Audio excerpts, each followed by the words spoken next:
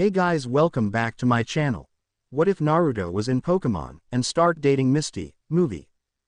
5-year-old Naruto panted as he leaned against an alley wall. He had blood running down his arm from the kunai stuck in his shoulder, a present he had received from the nice villagers that were hunting him down to wish him a happy birthday. You see, 5 years ago, Kura, the Kyuubi no Kitsune, had been ripped out of his mom, Kushina Uzumaki, by a man calling himself Madara Uchiha. He had used a pair of Sharingan eyes to control Kura and force her to attack the village, before the 4th Hokage sealed her into him, the bastard. He had briefly met Kura the year before after an attack on his birthday. Of course, Ho only learned her name before the 4th Hokage's seal activated when Naruto touched the seal, which allowed him to meet his dad. He also met his mom, who was trapped in the seal like Kura. His dad had forced him out of the seal, saying that it wasn't time yet. Within the seal, "Damn this seal," Kura said, pushing, trying to tinker with it from the inside, while Kushina, who was chained to the wall, watched. "Why do you care so much about my son?" she asked, looking at the Demon Queen. After Naruto's brief entrance the year before, Kushina and Kura had done a lot of talking, more than when she was sealed inside her. "Because with you trapped in here with me, someone's got to worry about him, even though the only thing I can do right now is heal him," she said, still looking over the seal, trying to change in so that she can do more for Naruto. Add a counterclockwise seal over the original seal. It should counteract the seal for the most part and allow you to use your power for more than just healing him, she said, getting a confused look from Kura. "I never wanted Naruto's life to turn out like this, and I never thought Minato would try to turn our son into a weapon, and since I'm the one who created the seal, I figure I might as well help get back at the bastard that sealed us in here," she smirked. With a small nod, Kura placed the reverse seal over the seal before feeling more of her powers return. With a fox-like smirk on her face, she pushed her power out, creating a portal for Naruto to leave the hell hole he called a village. Outside Mindscape, as Naruto was preparing to run, hearing the mob he thought he lost quickly approaching, he stopped and stared as a blue swirling portal appeared next to him. Quickly looking between the portal and the mob that was approaching, with the shinobi throwing kunai and shuriken at him, Naruto jumped into the portal, reasoning that wherever it took him was better than Konoha. Just before he entered the portal, a few more kunai struck his back, causing him to black out from the pain as his body fall into the swirling vortex, which closed upon his entry. Mindscape. Naruto slowly opened his eyes and smiled, seeing that he was back in his mindscape. He had been trying to return all year, but something was blocking him. Suddenly, a pained cry caught his attention. Turning towards the noise, Naruto saw a hilarious sight: his mom, who was released from the chains, holding her to the wall, kicking his dad's ass, while Kura watched with a smirk on her face. "Hey Kura, what's going on?" he asked, walking over to the cage holding Kura, gaining the attention of the three. Kushina smiled and waved at him before going back to the beating in order to stop his dad from talking. "Well kid, thanks to your mom, I was able to place a seal over the one holding me, which cancelled the part of it holding my powers, and your mom, which allowed me to open a portal to a different dimension," she smiled, getting wide eyes from Naruto and Minato. "So that portal was your doing?" he asked, getting a nod from the Demon Queen. "Thank you Kura, you're the best," he said, slipping through the bars and hugging the Queen of Demons. "I'm glad you're happy kid. Of course there is a small change that's happening to your body," she said, getting a curious look from Naruto and Kushina, who had finished beating Minato, destroying him. "Since humans aren't capable of traveling dimensions, so my aura is turning you into a half-demon," she said, getting confused looks from the two. "Aura? Don't you mean chakra?" Kushina asked, looking at Kura. "No, I mean aura. Aura is the power that you shinobi use for your jutsu and stuff, however for some strange reason, you decided to call it chakra instead of aura," she said, shrugging. "Anyways, my aura is changing you into a hanyo, or half-demon. Basically, it's increasing your senses, your physical strength and speed, and your original aura levels, which were already higher than a normal human's." Naruto grinned at this. He was going to be badass. "So do you know where we're going?" he asked excitedly with stars in his eye. "Yes, actually, we just entered the new dimension," she said, closing her eyes as the information about this dimension entered her mind. One of the many perks of being the Demon Queen: instant knowledge of the world and its entire history. The dimension is full of creatures known as Pokemon, who use aura in a similar way that the people of your dimension did, just without the hand signs. There are apparently many different types and species of Pokemon all around the world, and human, once they reach a certain age, are able to go out and capture these Pokemon in things called Pokeballs, which are like storage seals back in your dimension. Both Naruto and Kushina widened their eyes at this. Humans then use the Pokemon they capture to battle in competitions known as the Pokemon League and in contests which show of a Pokemon's power and beauty. There are also other fields and classes of jobs involving Pokemon, such as breeders, who help raise and hatch Pokemon eggs, musicians, who use Pokemon to play music, watchers, how sketch and observe Pokemon, professors, who study Pokemon and how they live, and many others. I'm going to be the best in all of the field, Naruto declared with fire in his eyes. Very well, then I will teach you everything I have learnt. I will also teach you everything I know about aura, Kura said, getting a wide grin from Naruto. However, you might want to wake up. No, the woman who found you is starting to get worried, she said, getting a nod from Naruto before he vanished. Outside Mindscape, Naruto slowly opened his eyes and glanced around the room, noticing he was in a hospital room with a nurse looking at a clipboard. Oh, you're awake, how are you feeling? The nurse asked with a small smile once she noticed Naruto. Where am I? He asked, looking around the white room before looking out the window and seeing what he assumed were Pokemon, since he had never seen birds like them fly by the window. You're in Pallet Town. You were found passed out on the road covered in blood, she said, checking his pulse and vital signs. The people who brought you here are outside waiting if you would like to meet them, she said, getting a nod from Naruto before she left the room. A few minutes later, the door opened and Naruto, who was standing up and stretching, turned to face the door. Standing in the door was a 5-year-old girl with short black hair and black eyes. She was wearing a pair of blue jeans and a pink t-shirt. Standing behind her was a woman with brown hair that went to her shoulder blades and brown eyes. She was wearing a blue skirt and yellow shirt and a pink blouse which held together by a single button. Both of them, along with the nurse, were staring at Naruto with wide eyes. The reason? He had been in a coma for 2 months. Are you the ones who found me? He asked the two, who simply nodded, still stunned that he was up. Well, my name is Naruto Uzumaki. I wanted to thank you for helping me. Oh, it was no trouble at all, the woman said with a small smile. By the way, my name is Delia Ketchum, and this is my daughter Ashley, she said, patting the girl on the head. Well, thank you both, he smiled, bowing to them before looking around. Do you know where my clothes are? I threw them away, Delia said, pulling out a bag from behind her back along with some papers. I got you some new clothes and these forms, if you're all right with it. All we need is your name, she smiled, handing him the bag and papers.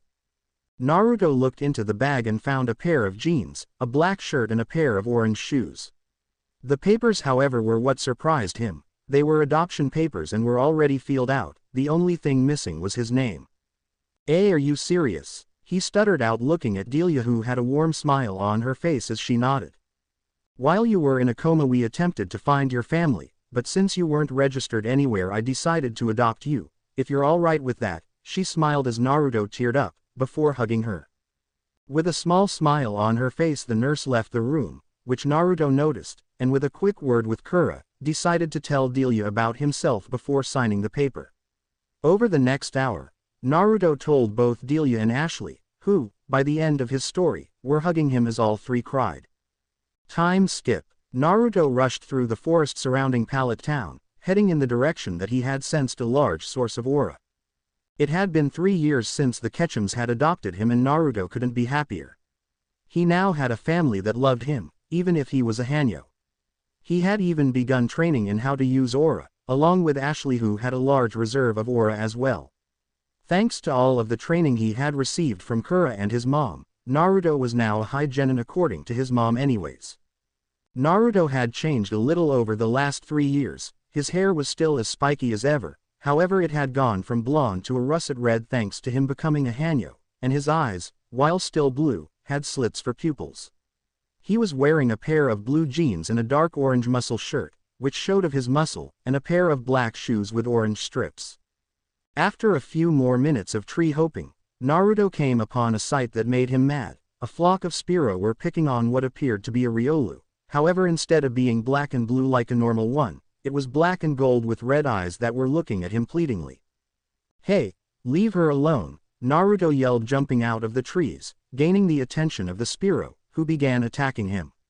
With speed that was far faster than any human should have, Naruto knocked all of the Spearow out with a combination of agility to increase his speed, or a sphere to knock out the ones that were out of his reach, and quick paw the fighting style Kura taught him. Once all of the Spearow were out, Naruto checked to make sure the Riolu was alive before capturing her in an empty Pokeball he stole from Professor Oak, and heading back to the professor's lab. Half an hour later, Naruto was leaning against the wall in the professor's lab waiting on news on the Riolu's condition. "So how is she, old man?" Naruto asked as Oak walked over to him with the Riolu's Pokeball in hand before handing it to him. "Riolu's going to be just fine," he smiled before getting a disapproving look on his face. "Though I'm not happy that you stole a Pokeball from me." All he got was a deadpanned look from the Hanyo. A week after Naruto was adopted into the Ketchum family, he was introduced to Professor Oak, who was Delia's teacher. Sensing that the man could be trusted, Naruto told him everything, and the man had agreed to teach Naruto everything he knew, even agreed to get a few of his colleagues to help him out. Over the 3 years, Naruto had met a lot of people, all of whom had helped him over the years. First was Professor Elm, from the Johto region, who helped Naruto study the breeding patterns and interactions between Pokemon. After that was Professor Birch, from the Hoenn region, who helped him study the Pokemon habitats in correlation with human existences. Professor Rowan from the Sinnoh region was next. He helped him study the Pokemon evolutionary patterns. Followed by Professor Araya Juniper from the Unova region, who helped him study Pokemon origins in relation to mythology. He also met other people such as Professor Ivy, who helped him study Pokemon behavior, Kurt, who taught him how to make Pokeballs, Johanna, a friend of Delia's from Sinnoh and a champion Pokemon coordinator, to taught him about Pokemon contests, Cynthia, who taught him about the myths of the Pokemon world and was someone Naruto declared he would marry when he became a Pokemon trainer, and Pyramid King Brandon, who taught him about archaeology. "Sorry, old man, but when I sensed her using aura, I grabbed a Pokeball and ran. I wasn't even thinking when I did it," he said, rubbing the back of his head sheepishly. "Well, as long as you take care of this Riolu, I'll forget it this one time," he said, getting a nod from Naruto before he ran off to get better acquainted with his first Pokemon. Time skip. The sun was slowly rising over the town of Pallet, and within the home of the Ketchum family everything was hectic as 13-year-old Ashley Ketchum ran out of the house in a pair of green and yellow pajama pants and shirt. The reason she was running: she was late to get her first Pokemon. At the sight of his girlfriend running out of the house in her pajamas, Naruto was on the ground laughing his ass off along with his Lucario, Luca. "Oh man, I can't believe she forgot that today she was supposed to get her first Pokemon," Naruto laughed, holding his sides. Over the past 5 years since saving Luca, Naruto had changed very little. His hair now reached the middle of his back and his eyes had taken on a reddish tint to them. He was currently wearing a pair of jeans, a black t-shirt, and black jacket with the kanji for Hardcore Hanyos on the back, which was the name of the band he had made with his Pokemon. After catching Riolu, Naruto had redoubled his training and learning with everyone. He had even captures of 3 more Pokemon while visiting his teachers. While visiting Kurt, he had captured a Tyrogue who evolved into a Hitmonlee, who he named Ty Lee. During a trip to visit Birch, he had found 2 eggs which hatched into Ralts and later evolved, one into a Gardevoir, who went by Asami, the other into a Gallade, who went by Sadao and was his only male Pokemon so far. "I told her she needed to go to sleep but she wouldn't listen to me," Luca said, laughing. While Naruto was studying about Pokemon, Luca and his other Pokemon were learning to speak like humans, which took them all about a year, which gave Naruto the idea to start a band with them, the Hardcore Hanyos. The band was actually pretty famous in the Every region, seeing as they were asked to play by Cynthia after a battle she had with Steven Stone. They were also asked to play by the president of the Pokemon League at the Pokemon League a little over a month ago. "You two shouldn't laugh at her," Delia said, walking downstairs with a green backpack for Ashley. "Besides, don't you need to be heading out too?" Naruto nodded his head and recalled Luca into her Pokeball, before grabbing his bag and guitar, kissing Delia on the cheek and heading out the door in the opposite direction Ashley headed. "And don't forget to keep an eye on your sister should she catch up to you," she yelled after him, getting a wave from him as he walked off. "Well, this is it," Naruto said, standing in front of a sign that said Route 1, all of his Pokemon standing next to him. "Let's show the world what Naruto Ketchum Uzumaki is capable of." His team nodded their heads as they headed off to begin their Pokemon journey. Naruto sighed as he rubbed Ashley's back as they stood in the Viridian City Pokemon Center. The reason she was crying about her hurt Pikachu, the Pokemon she got from Old Man Oak. Flashback. Naruto grinned as he wrote down his thoughts for a new song as he sat in the lobby of the Pokemon Center. The sun outside was slowly setting. He had arrived a few hours ago and was glad that the center was almost empty. It meant he had to sign less autographs, like the one he had to sign for the Nurse Joy running the center. The other reason he was glad was because of some of the Pokemon he had caught on the way to town. The first was a Trico with a bad attitude. The second, however, was a Suicune pup with a sprained ankle. He had also caught a few Nidoran, 1 male and 3 female, a Mareep, 3 Eevees, a Mankey, a Spearow and a pack of Puccina, about 7. Since the Trico and Suicune pup filled up his party to 6, the others were sent to Oak's lab. He had called Oak once he reached the center and swapped out Ty Lee, Asami, and Sadao for one of the Eevee, the Mankey and the Mareep, before having all of them looked at by Nurse Joy. Once his Pokemon were fully healed, his new Suicune getting a cast for her leg, Naruto decided to hang in the center for the night. With the sun setting and the start of his new lyrics done, Naruto stood up to ask Nurse Joy for a room for the night, when a motorcycle belonging to Officer Jenny burst through the front door with Ashley, much to Naruto's surprise, in the side cart. "Ashley, what the hell happened?" Naruto asked, running over as a Chansey pushed out a stretcher and they placed Pikachu on it. "We were attacked by a flock of Spearow, then it started raining and Pikachu used a thunder shock, which caused a lightning bolt to strike her," she said, looking at the doors Pikachu and Joy went through, tears in her eyes before she wrapped her arms around Naruto and buried her face in his chest. Flashback end. "Come on, Ash, it'll be alright, you'll see," he said soothingly, using the nickname he gave her, which always pissed her off. "Why don't we call home? I bet Mom would be happy to hear from us," she nodded as they headed towards the phone. "Hello, Ketchum residence," Delia said with a smile as she answered the phone, her hair still wet, indicating she had just gotten out of the shower. "Mom, your hair's still in the towel," Naruto said, leaning over Ashley's shoulder with a smile. "Oh, Ashley, Naruto, it's so good to hear from you," she said, throwing the towel away with a smile. "Where are you two?" "Viridian," Ashley said, sounding depressed, which Delia picked up immediately. After getting Ashley to cheer up a little, Delia delivered a message to Naruto for him to call Cynthia, which sounded important. "Hello, this is Cynthia," she said, appearing on the screen with a smile, before realizing that it's Naruto. "Oh, Naruto, it's good to see you." "Hey Cynthia, how's it going?" he asked with a fox-like smirk. "Oh, the usual, accepting battles to keep my title as champion, chasing down new myths and legends," she shrugged as if it happened every day, which it pretty much did.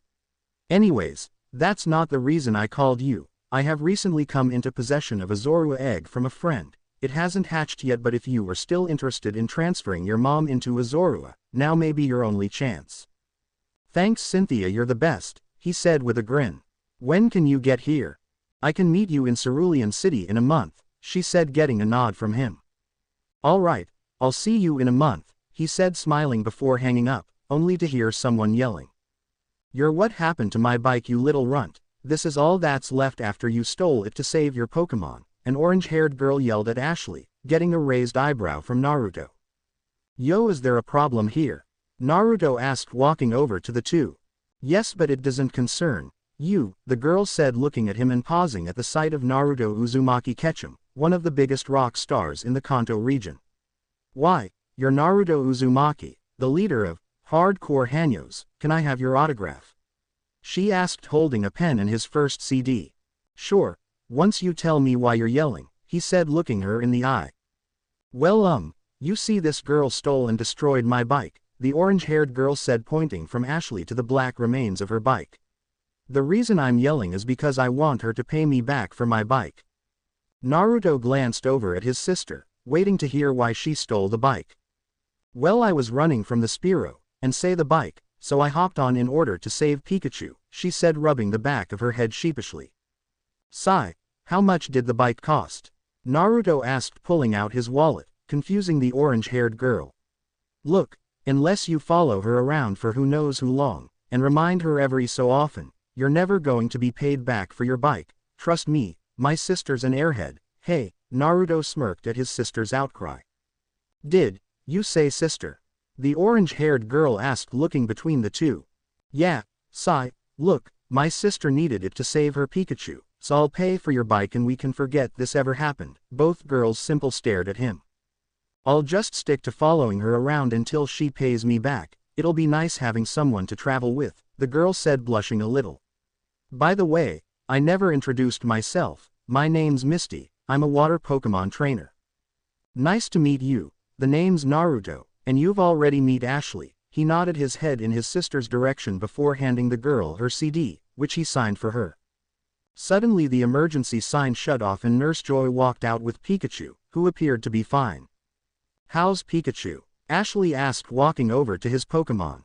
She's going to be just fine. You're lucky you got her here when you did, Joy said with a kind smile, getting a sigh of relief from the girl. Well, that's good at least. Naruto smiled before two smoke bombs crashed through the skylight, followed by two Pokeballs. What the hell is going on? Ha ha ha. The herd as the smoke cleared to reveal to people and their Pokemon. Prepare for trouble, and make it double, they said, getting a face palm from Naruto. To protect the world from devastation. To unite all peoples within our nation. To denounce the evils of truth and love. To extend our reach to the stars above. Jesse, said a woman with long red hair. James, the man with blue hair. Team Rocket blasts off at the speed of light. Surrender now or prepare to fight. Meowth. That's right, said a talking Meowth, causing Naruto and Ashley to blink, since they, though Naruto's Pokemon, were the only ones able to talk. Who the hell are you two? Naruto asked, looking at them with a raised eyebrow. We're Team Rocket, Meowth, said the cat Pokemon. We're here to swipe all of the valuable Pokemon, it smirked. That's right, so just hand over all of your Pokemon and no one gets hurt, Jesse said with a smirk. Yeah, let's nod and say we did, Naruto smirked, grabbing one of his Pokeballs. Now I need all of you to keep this a secret. Don't want everyone and their dogs to know I have her. He tossed the Pokeball into the air, releasing Suicune, shocking everyone except Joy. What type of Pokemon is that? Ashley asked, holding up her Pokédex. No data available, the Pokédex said. Sorry sis, but you aren't going to find any data on this girl in the Pokédex you got, Naruto smirked, glancing at her before turning to face Team Rocket. Alright Suicune, let's send these losers flying, sheer cold. Suicune opened her mouth, her eyes glowing icy blue, before firing a blast of cold wind at the two and their Pokemon, freezing them solid, along with the entire entrance to the Pokemon Center, before they went flying. Well damn, that's a lot more power than I thought, Naruto smirked, petting the pup, as she limped over to him. That was really good, Aurora. Thank you Naruto, she said, rubbing her head against her trainer's hand in a loving way. After recalling Suicune, and waiting for Pikachu to wake up, which didn't take long, the three headed out, since the sun was rising, towards Pewter City. Ahahaha, Misty screamed for what seemed like the 100th time that day since they had entered the Viridian Forest.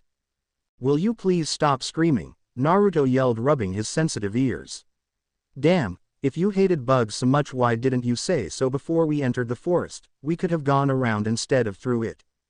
I didn't know the forest was full of bugs, she said, clinging to Ashley's back. Oh wow, a Caterpie, Ashley said, dumping Misty on her butt and running over to the bug Pokemon. You should catch it, Ash, it'll help you catch up to me, he smirked at her irritated face before he began walking off. Hey, where are you going? Misty asked nervously. I'm going to train and catch a few bug Pokemon, he said, looking over his shoulder. I'll meet both of you in Pewter City in about a week, have fun. He jumped into a tree and began to run into the depth of the Viridian Forest. Where do you think your brother is? Misty asked as she sat in the Pewter City Pokemon Center with Ashley and the ex-gym leader Brock, who had decided to join them on their journey after giving Ashley a gym badge.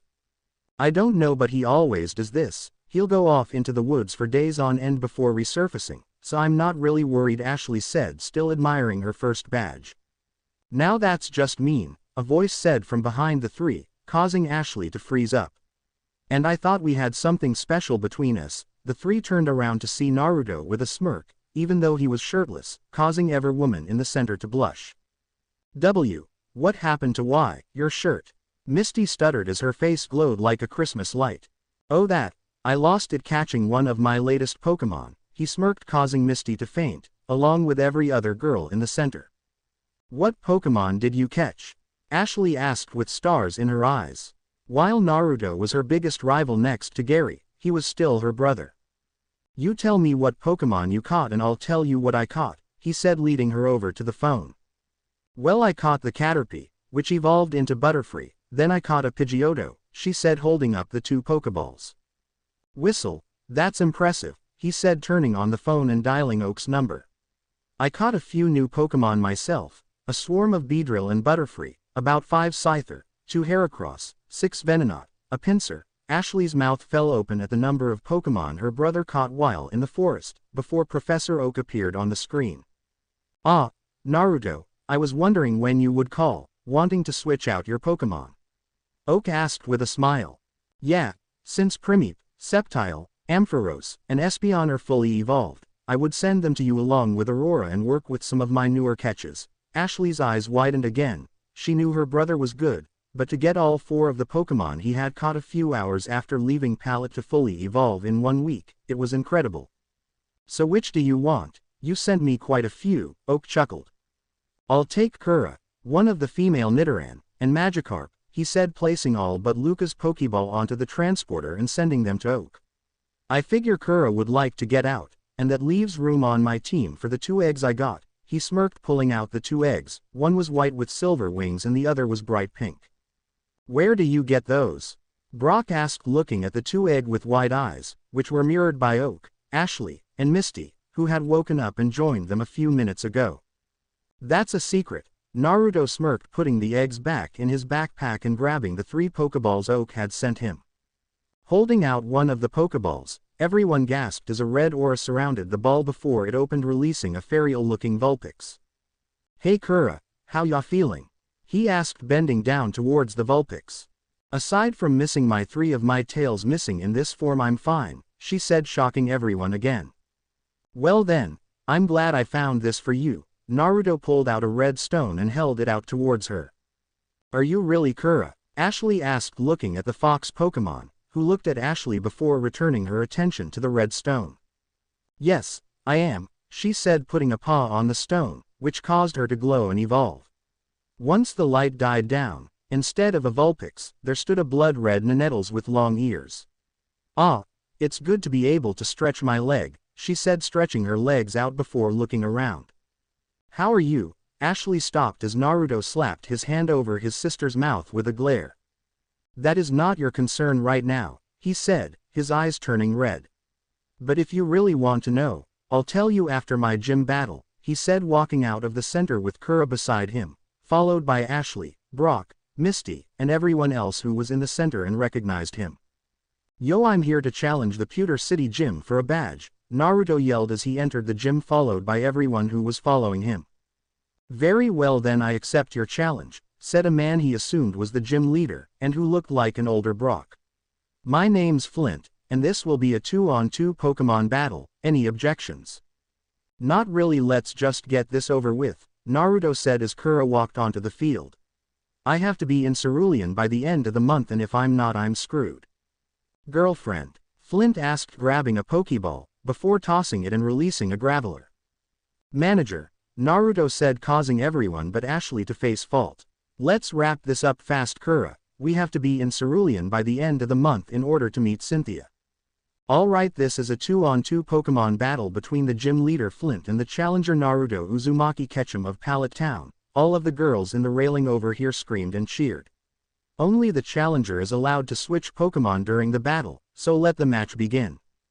Sorry Flint, but like I said, I got to get to Cerulean and fast, so I'm going to end this. Kura used Flamethrower. Kura opened her mouth and shot a jet of flames at the Graveler, sending it into the wall and knocking it out. The first match goes to the challenger, Naruto. Brock said, stunned. You may have beaten my first Pokemon, but there's no way you'll beat my second one, Flint said, releasing a Rhyhorn, which met the same fate as the Graveler. Impossible. Flint fell to his knees in shock. His first challenge as gym leader and he lost both his Pokemon to one fire type. The winner is Naruto, Brock said, stunned as well. He had never seen a battle end so quickly. Sorry about that, Naruto said, walking over to Flint. But like I said, I only have until the end of the month or else I'm screwed. Flint nodded in understanding as he handed Naruto the badge. Thanks, I really am sorry. Naruto stopped at the door. Oh, and Ashley, if you want to find out about Kura, meet me in Cerulean in 1 month. He smirked at seeing her eye twitch before running out the door, followed closely by the scariest thing on earth, fangirls. It was a bright warm day in Cerulean City. The sun was shining brightly, people were walking and shopping, and cheering could be heard coming from the Cerulean City Pokemon Contest building. Standing on the center stage of the arena stood a boy with long spiky hair. He was wearing a pair of blue jeans and a blood-red muscle shirt, causing all of the women in the audience to cheer louder at the sight of him. In his hands was a red guitar which he slowly strummed. All right, Luca, let's show them what we can do, the boy said, tossing up a Pokeball, which opened to release a black and gold Lucario, who was surrounded by musical notes. Time to put on a show, he said before beginning to play. Play Headstrong by Trapped. Circling your head. Contemplating everything you ever said. Now I see the truth, I got doubt. A different motive in your eyes and now I'm out. See you later. As the boy began to play, Luca began bobbing her head, her eyes closed before they snapped open and she jumped into the air, spinning like a top. As she, a blue ball of energy gathered in her left hand while a black ball gathered in her right, before she began a rapid fire barrage of Shadow Ball and Aura Sphere, before she landed in a crouch. I see your fantasy, you want to make it a reality paved in gold. See inside of our heads, yeah. Well, now that's over. I see your motives inside, decisions to hide. Luca created a bone-shaped staff of energy and began going through a complex series of stances, which looked like a dance to people who didn't know about the style. Censored. Back off, I'll take you on. Headstrong to take on anyone. I know that you are wrong. Headstrong, we're headstrong. The crowd watched and cheered as Luca flowed along with the rhythm of the music, never missing a beat. Back off, I'll take you on. Headstrong to take on anyone. I know that you are wrong and this is not where you belong. The energy bone vanished as Luca jumped back and began using agility to run and move around the arena, leaving multiple after images, shocking the crowd at her speed. I can't give everything away. I won't give everything away. Conclusions manifest. Your first impressions got to be your very best. I see you're full of shit, and that's alright.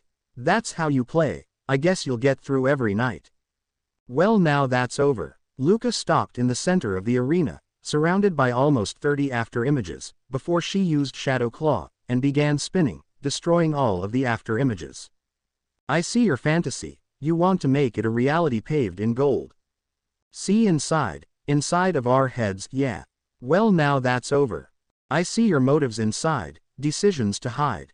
Once she was done spinning, Luca bowed to the audience before doing back flips over to the boy as he finished up the song. I know all about your motives inside, and your decision to hide. The crowd was silent as the song came to an end, and the boy and Luca both gave a small bow, before the crowd erupted into cheers, all screaming for an encore. That was amazing, wasn't it, folks? Yelled Lillian into her mic, as the boy and Luca took another bow. Let's hear what our judges have to say. It was a splendid performance. The way Luca moved to the beat of the music, simply amazing, said Mr. Contesta.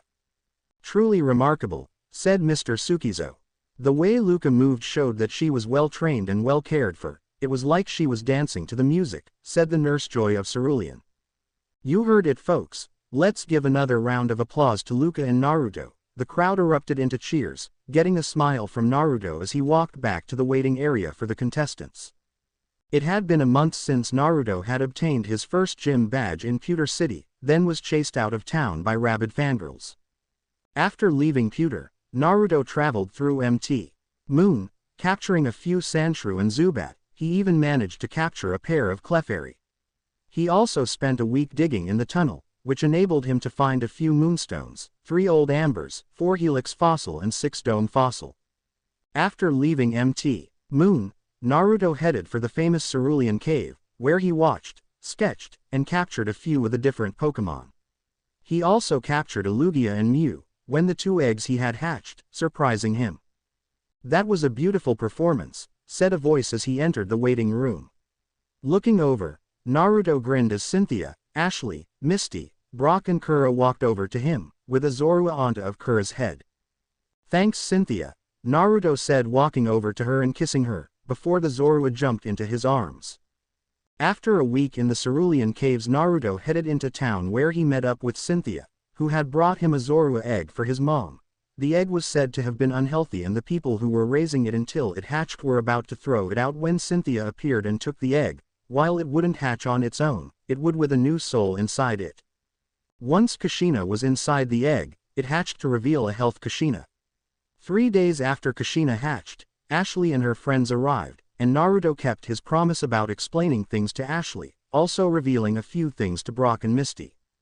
"Yeah, that was awesome. We get a live concert and we get to watch a Pokemon contest. This is the best," Misty said with excitedly.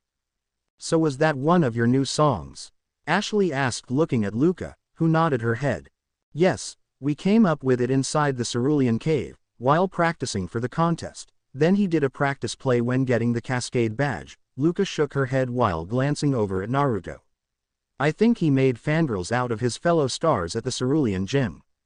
"Oh no, those 3 were already huge fangirls of his," Misty said, leaving out the fact that she was also a fangirl and tried to brag that she got his autograph, only to find they each got a personal picture with him, each with them kissing him on the cheek. "Well, you can't blame them.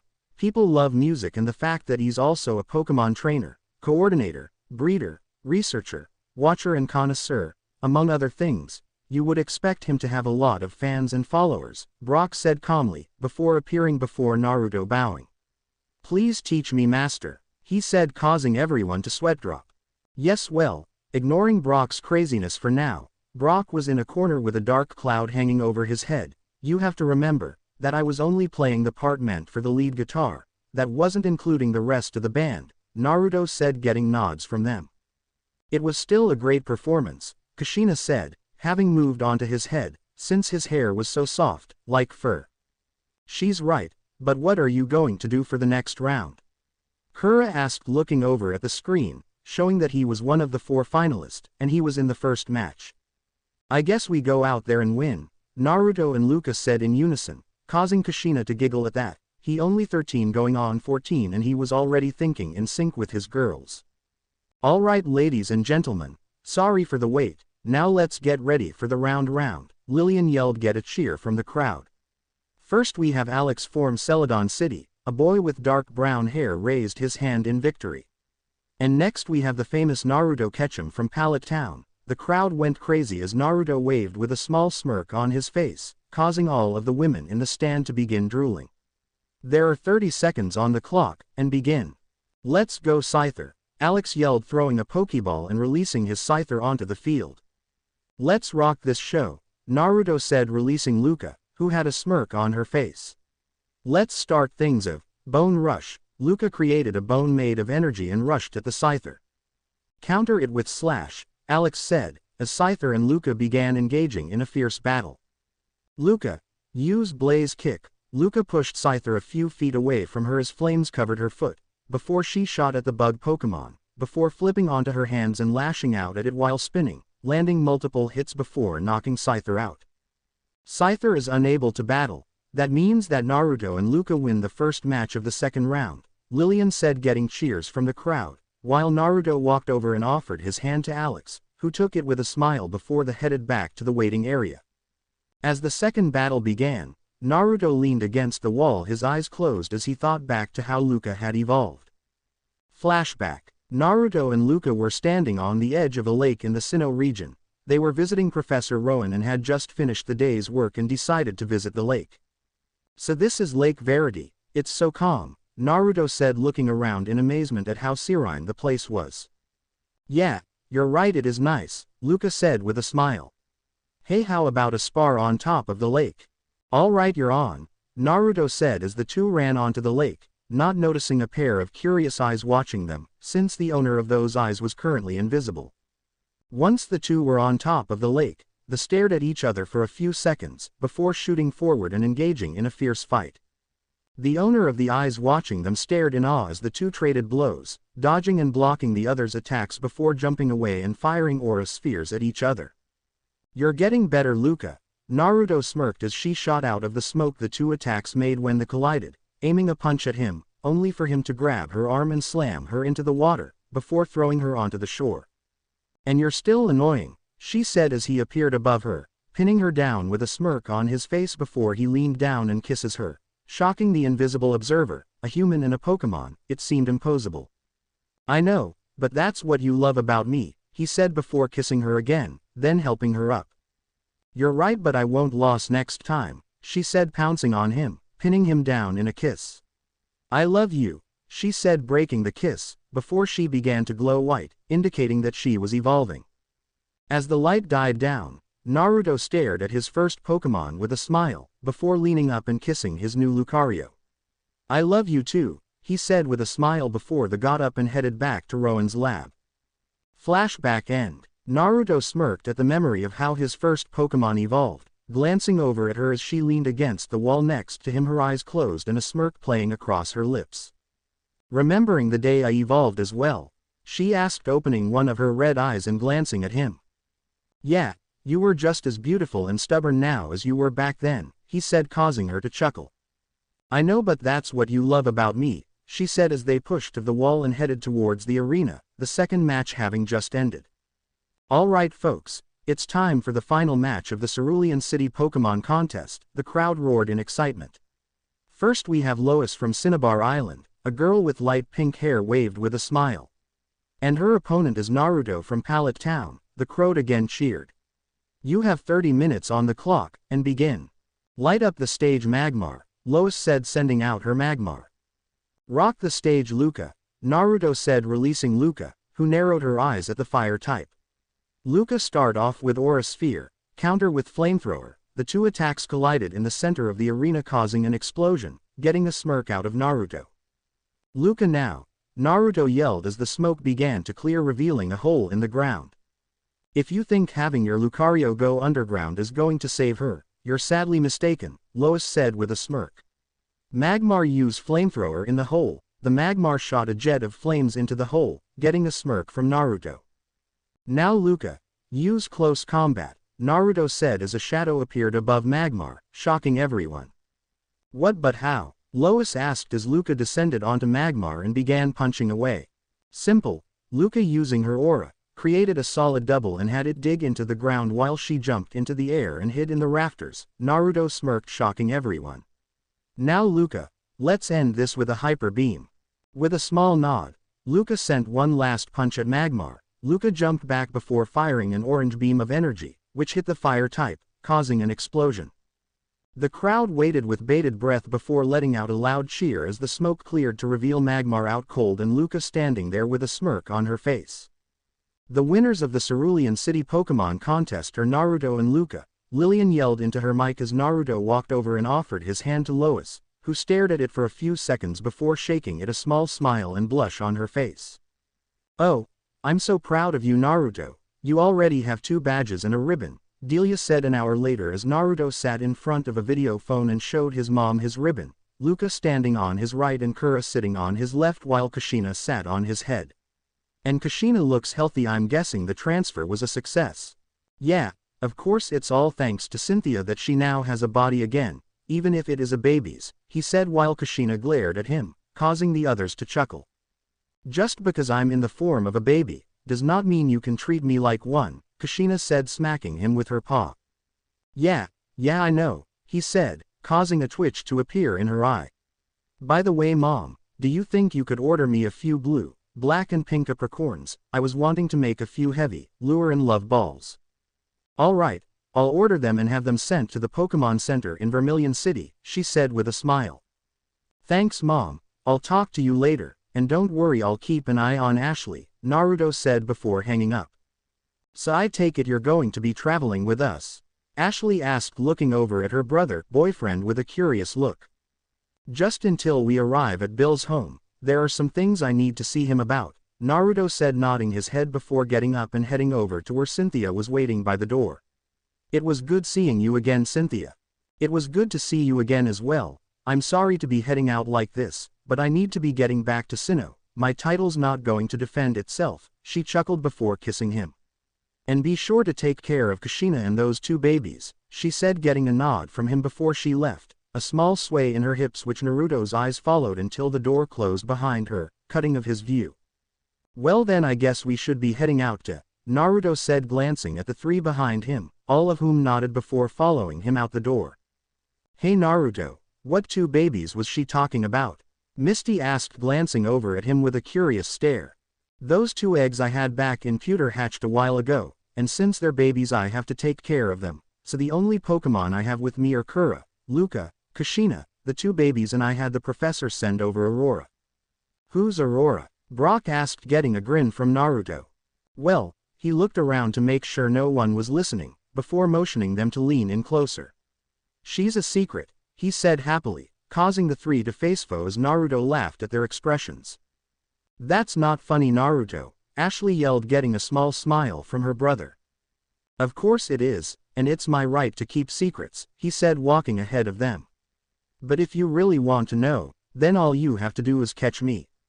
All 3 stared at him, thinking it would be easy to catch him. Nodding their heads in agreement to his terms, the 3 lunged at him only to meet the ground. Now, you don't think I would make it that easy for you, do you? They all looked up to see Naruto crouching on a tree branch with a fox-like smile across his face. Like I said, all you have to do is catch me, he said before leaping to another tree with a smile on his face as the 3 teens chased after him, deep into the forest. Naruto had a small twitch in his eye as he entered Vermilion City. The reason, a few feet ahead him were Ashley, Misty and Brock, who had apparently arrived in the city only moments ago. After they left Cerulean City, it had taken the group nearly 3 weeks before they reached Bill's lighthouse. The main reasons were a Squirtle, which had taken the group hostage before Ashley caught it, a Bulbasaur, who was protecting a small nursery before allowing Ashley to catch it, and a Charmander who was abandoned by its trainer before Ashley caught it. Along the way, Naruto had captured a few new Pokemon himself, a school of Magikarp, a litter of Growlithe pups he found, and a few Diglett. When asked why he captured so many of each Pokemon, Naruto explained that he was working to be the world's leading Pokemon expert in every field ranging from training to breeding. He explained that by catching multiple Pokemon of the same species it would allow him to study how they interacted in groups and with other Pokemon, as well being able to learn more about their breeding and growing habits. After 3 weeks of travel they arrived at Bill's lighthouse where Naruto received a call from Professor Elm about a group of Pokemon Rangers trapped in Mt. Silver. So without any hesitation Naruto flew to Mt. Silver on his Lugia, who had grown rapidly within 3 weeks, and helped rescue the trapped Rangers, seeing as he was a first-class Ranger. He also took some time to capture a few Pokemon while there. After his trip to Mt. Silver, Naruto headed to Vermilion, expecting Ashley to have won her badge and headed out, only to find them arriving minutes before him. What the hell, what are you guys doing here? Naruto asked, walking up to them, causing them all to jump in surprise. Oh, hey Naruto, when did you get here? Ashley asked, not meeting her brother's eyes or answering his question. I got here a second ago, but I want to know why you 3 are just getting here as well. The 3 trainers avoided his gaze, telling him something was up, but since it didn't really concern him he let it drop. Well, whatever, it doesn't matter anyways, let's just get to the Pokemon Center. I need to get my newest Pokemon looked at before my gym battle. With that, Naruto headed towards the Pokemon Center. Hello and welcome to the Vermilion City Pokemon Center, how can I help you? Naruto smiled at the nurse Joy standing in front of him before handing her 3 Pokeball. Could you please make sure they're alright for me? The Joy's face became as pink as her hair upon seeing Naruto's smile. Thank you, he nodded his head before heading over to his sister and her friends. So Ashley, you ready for a gym battle? The Hanyo asked as he sat down next to his sister. You bet, I'm gonna win my 3rd badge no sweat, she boasted, causing Naruto to chuckle at her optimism, since he knew that each gym leader is stronger than the last. Well, while you do that, I'm gonna go get the apricorns I asked Mom to order for me, then I'll meet you at the gym. At the agreeing nod from his sister, Naruto went to get his 3 Pokemon, who were done healing, and headed out the front door, after signing an autograph for the Nurse Joy. After getting his supplies from the Pokemon Center, Naruto was headed towards the gym when something caught his eye. Karen of the Elite Four was smirking at a trainer who had apparently demanded a challenge.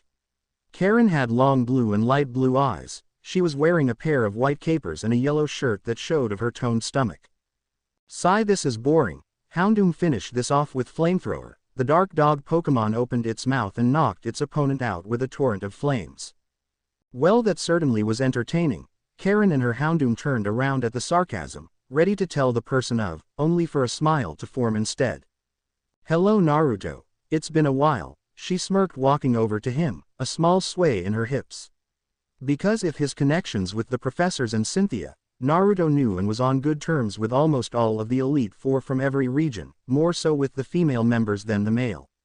I heard you were traveling the Kanto region, but I never expected you to be here at the same time as me. What a coincidence. Yeah, I guess it is. Who would have thought I would run into you here? He smirked at her before she leaned down and kissed him, getting a few catcalls and wolf whistles from the crowd that gathered for her battle. That tasted good, can I have another? That caused her to chuckle. Alright, how about this? We have a one-on-one Pokemon battle right here. If you win all, she bent down and whispered into his ear, causing his face to light up. But if I win, you have to travel with me for 1 month, is it a deal? With a grin, Naruto nodded before jumping back a few feet, grabbing one of his Pokeballs as he did. You're on, Karen. I was hoping to save her for my match against Lieutenant Surge, but you'll do. Let's go Kushina. Naruto threw the Pokeball, releasing Kushina, who had evolved into a Zoroark during their trip to Mt. Silver.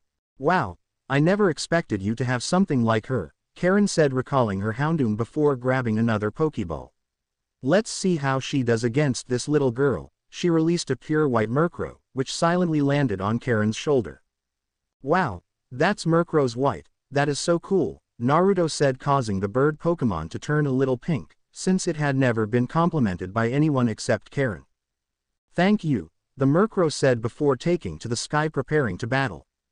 You're welcome, but don't expect us to go easy on you. Kushina used Night Slash, Sorrow, counter with Wing Attack. With high speeds the two clashed, similar to Shinobi.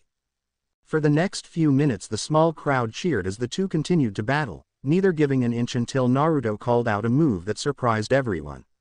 Alright Kushina, let's end this with Roar. Kushina had a small smirk on her face before letting out a monstrous roar, which caused everyone to freeze, before Sorrow was covered in a red glow and returned to her Pokeball.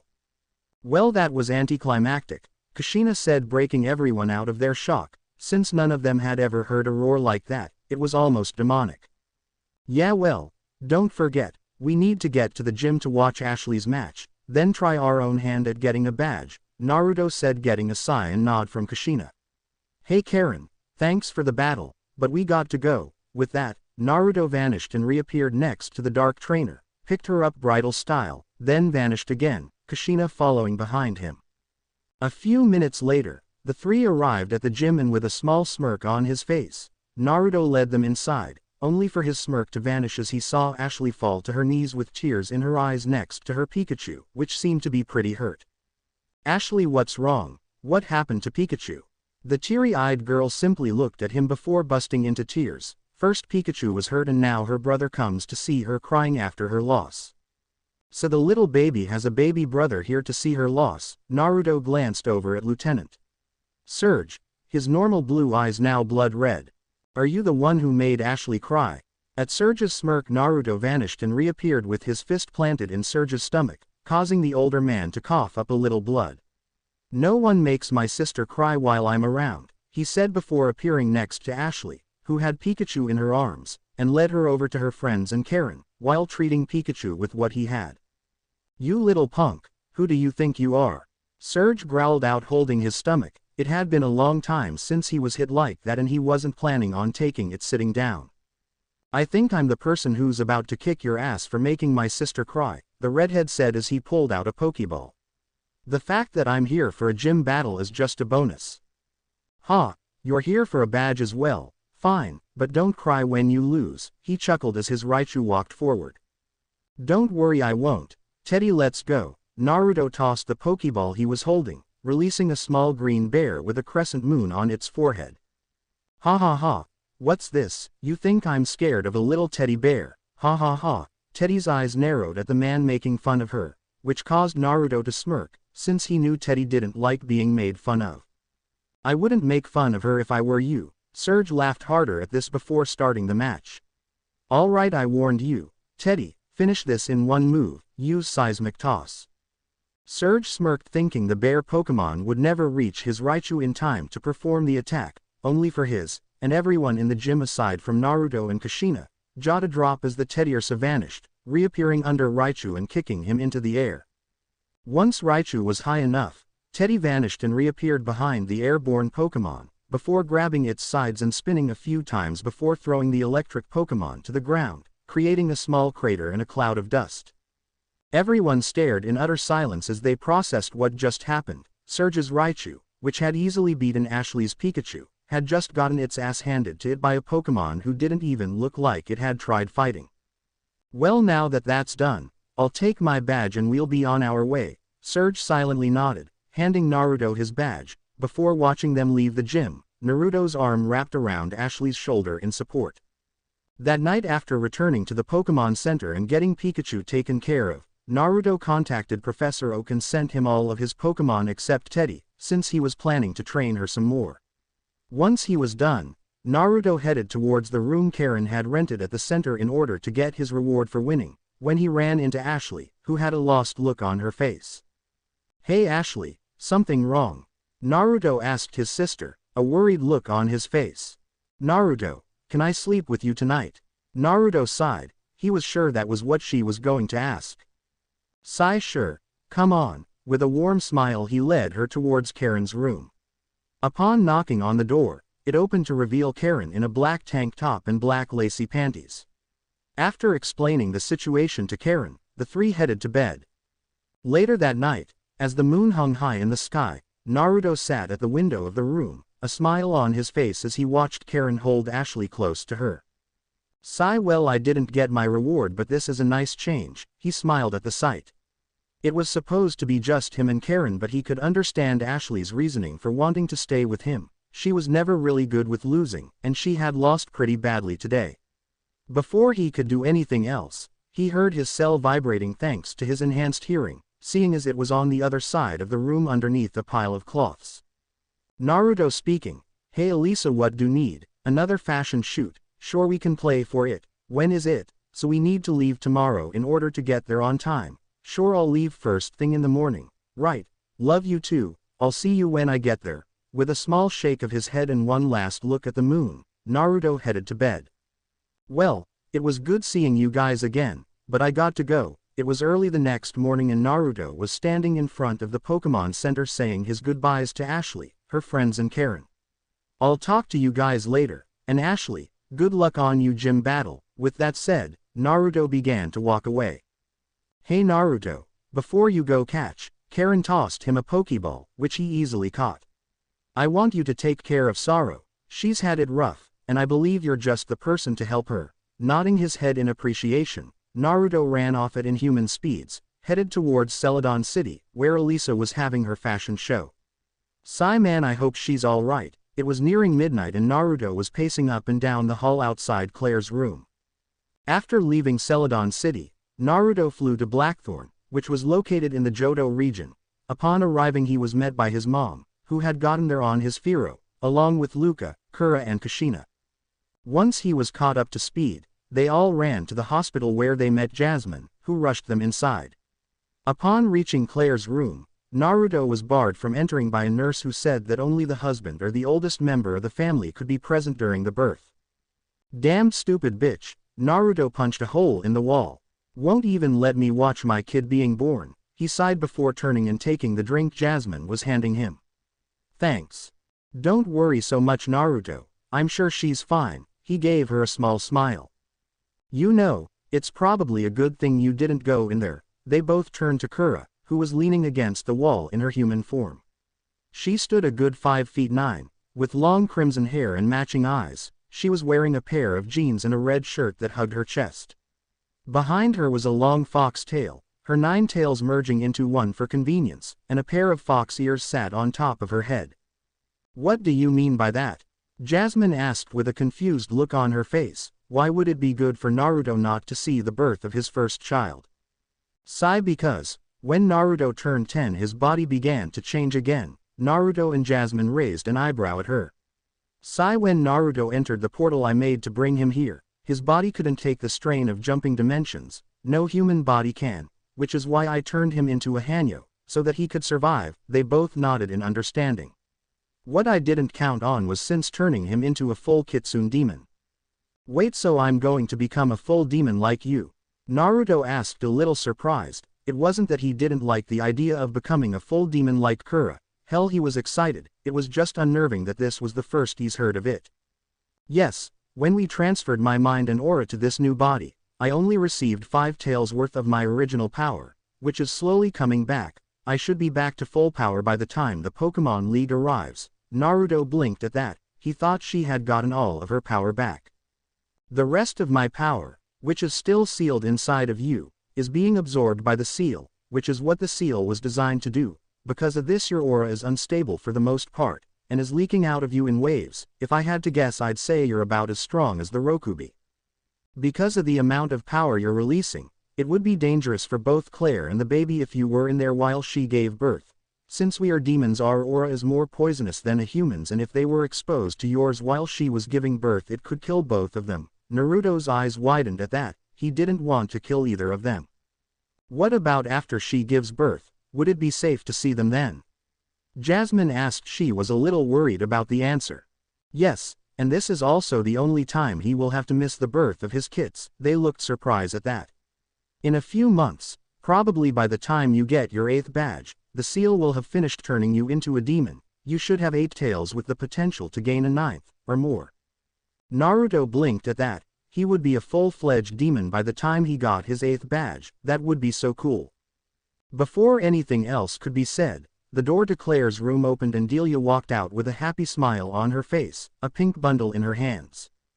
Congratulations, Naruto. It's a girl. She gently handed the bundle to Naruto while Jasmine, Kura, Luca and Kushina, the last 2 in their human forms, gathered around to see the newest member of their family. Oh, she's so cute. She looks just like Grandma Mito. Kushina smiled down at the girl in Naruto's arms, who was looking around at everyone with a curious expression on her face. Who's Mito? Naruto asked, looking between Kushina and Kura. Mito was the first Jinchuriki for me back in the shinobi world. She was one of the few humans to actually gain my respect, Kura said, getting a nod from Kushina.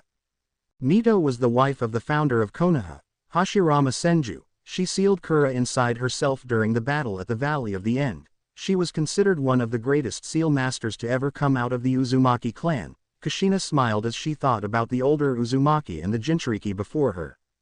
That sounds like a good name for her, Luca said with a smile which Naruto mimicked. Luca stood a good 5 feet 8, with shoulder-length blue hair and red eyes. She was wearing a pair of blue jeans and a black shirt with their band's logo on it. Her tail gently swayed behind her and her ears sitting on top of her head. Yeah, Mito Uzumaki Ketchum. Sounds good to me, he smiled, kissing the baby on the head, causing her to giggle before she began blowing spit bubbles at him, a grin on her face. With a smile on his face, Naruto carried his new daughter into the room where her mother was sound asleep. As quietly as he could, he placed Mito inside the crib in the room, kissed Claire's head, then sat in a chair against the wall and smiled as he watched her sleep. Hey Claire, how are you feeling?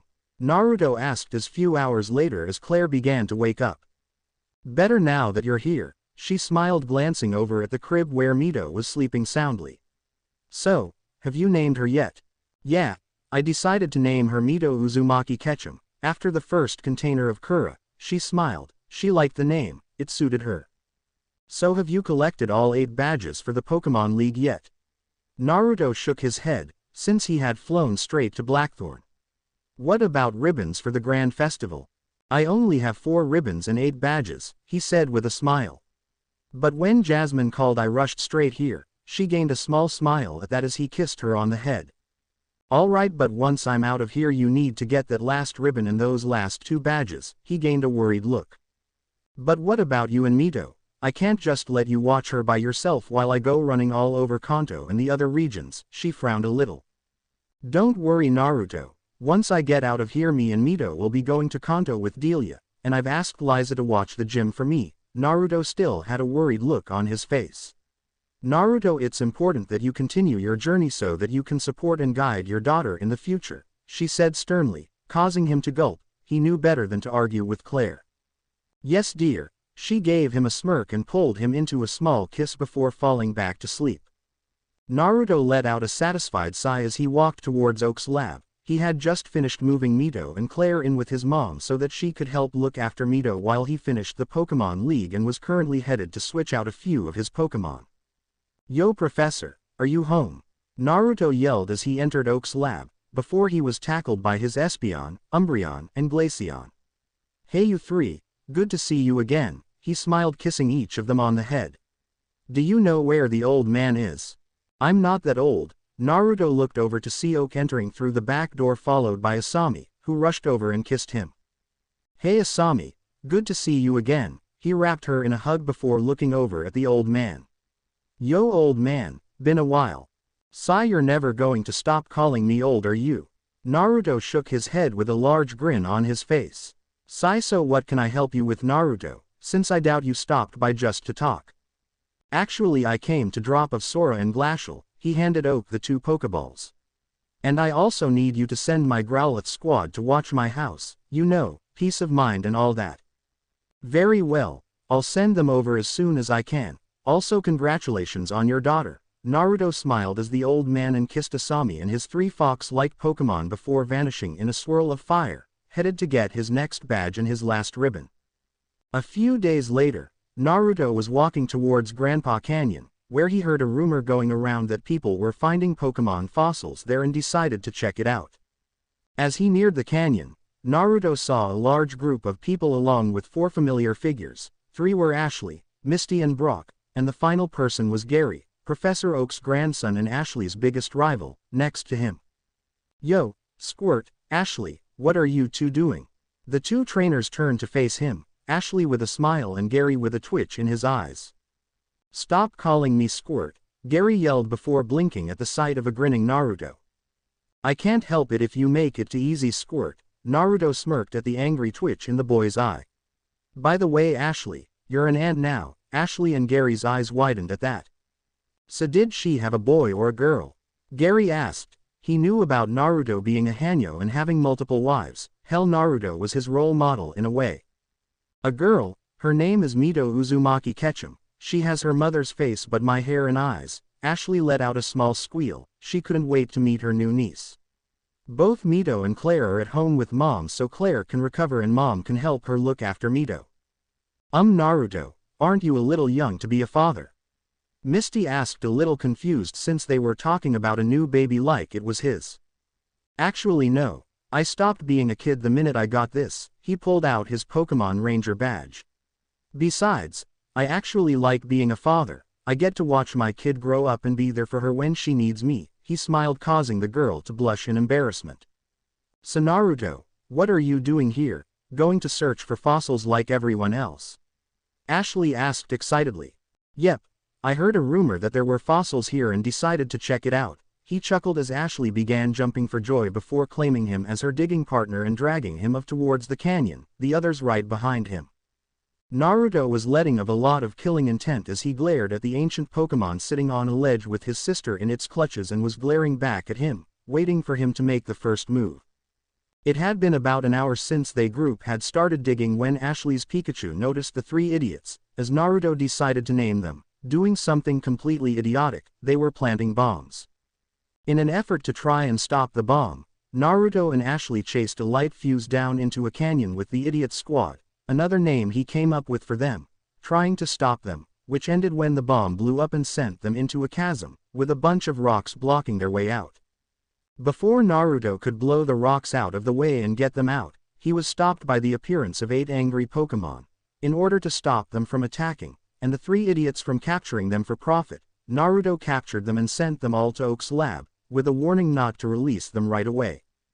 After contacting Oak and informing him not to release the 8 Pokemon right away, Naruto was about to break them out, with the help of Amaterasu and Ashley's Charmeleon, when an Aerodactyl swooped in and grabbed Ashley, before starting its face-off with him. "Alright, you want to fight, I'll give you a fight." His eyes were glowing red and he slowly took on his Hanyo form, shocking Ashley since she had only seen as twice. Naruto's eyes were glowing blood red, his hands had turned into claws, his teeth morphed into fangs, his ear vanished only for a pair of fox ears to appear on his head, and a long slender fox tail appeared behind him. "But I won't hold back." Naruto moved in a burst of speed and threw a punch at the Aerodactyl, which had dodged his attack with Ashley still in its clutches, causing him to knock down the entire cave wall, which caused a hole in the rubble blocking their escape to loosen. With a growl of annoyance, Naruto grabbed the 3 idiots that caused this mess and followed after the Pokemon holding his sister hostage, Ama and Charmeleon having flown out of the cavern with them, having grabbed Aerodactyl's tail as it flew out of the hole he caused.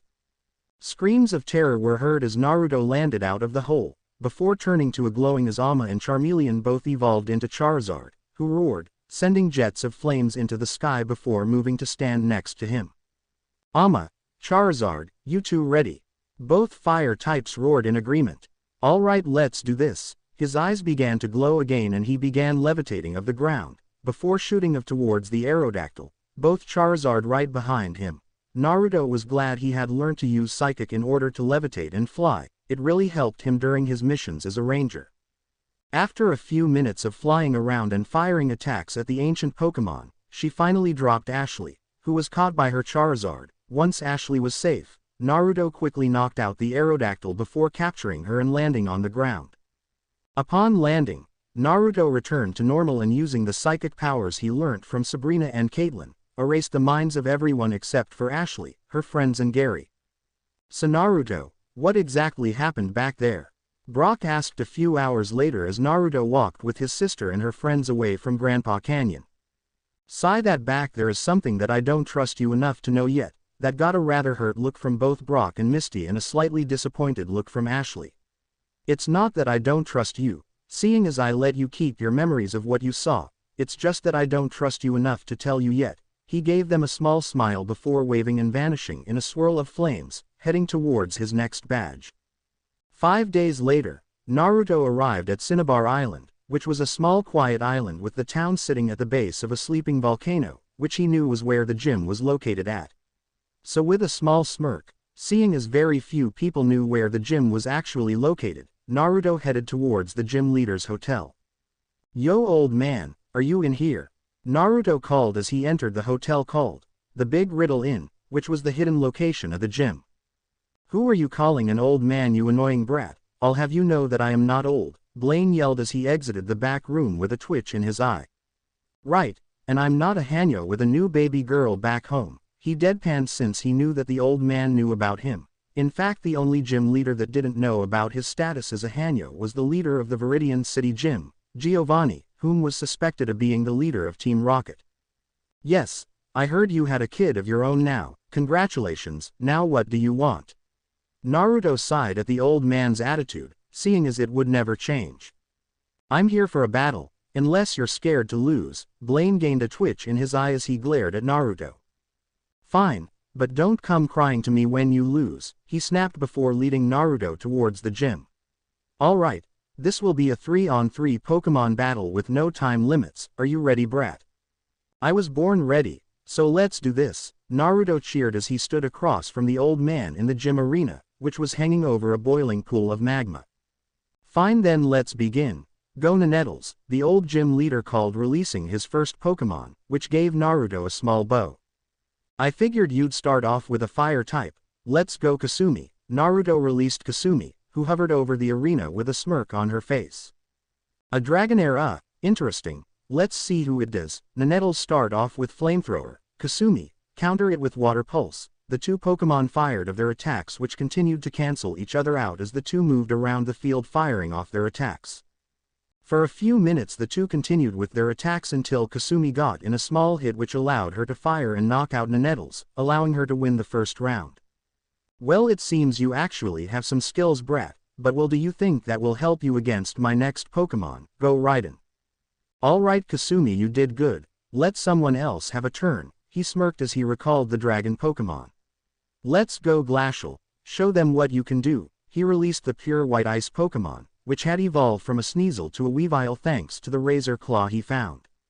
Interesting, choosing an ice type against my ground type, it appears you're not going for type advantage, he smirked thinking Naruto had slipped up. Raiden, use takedown.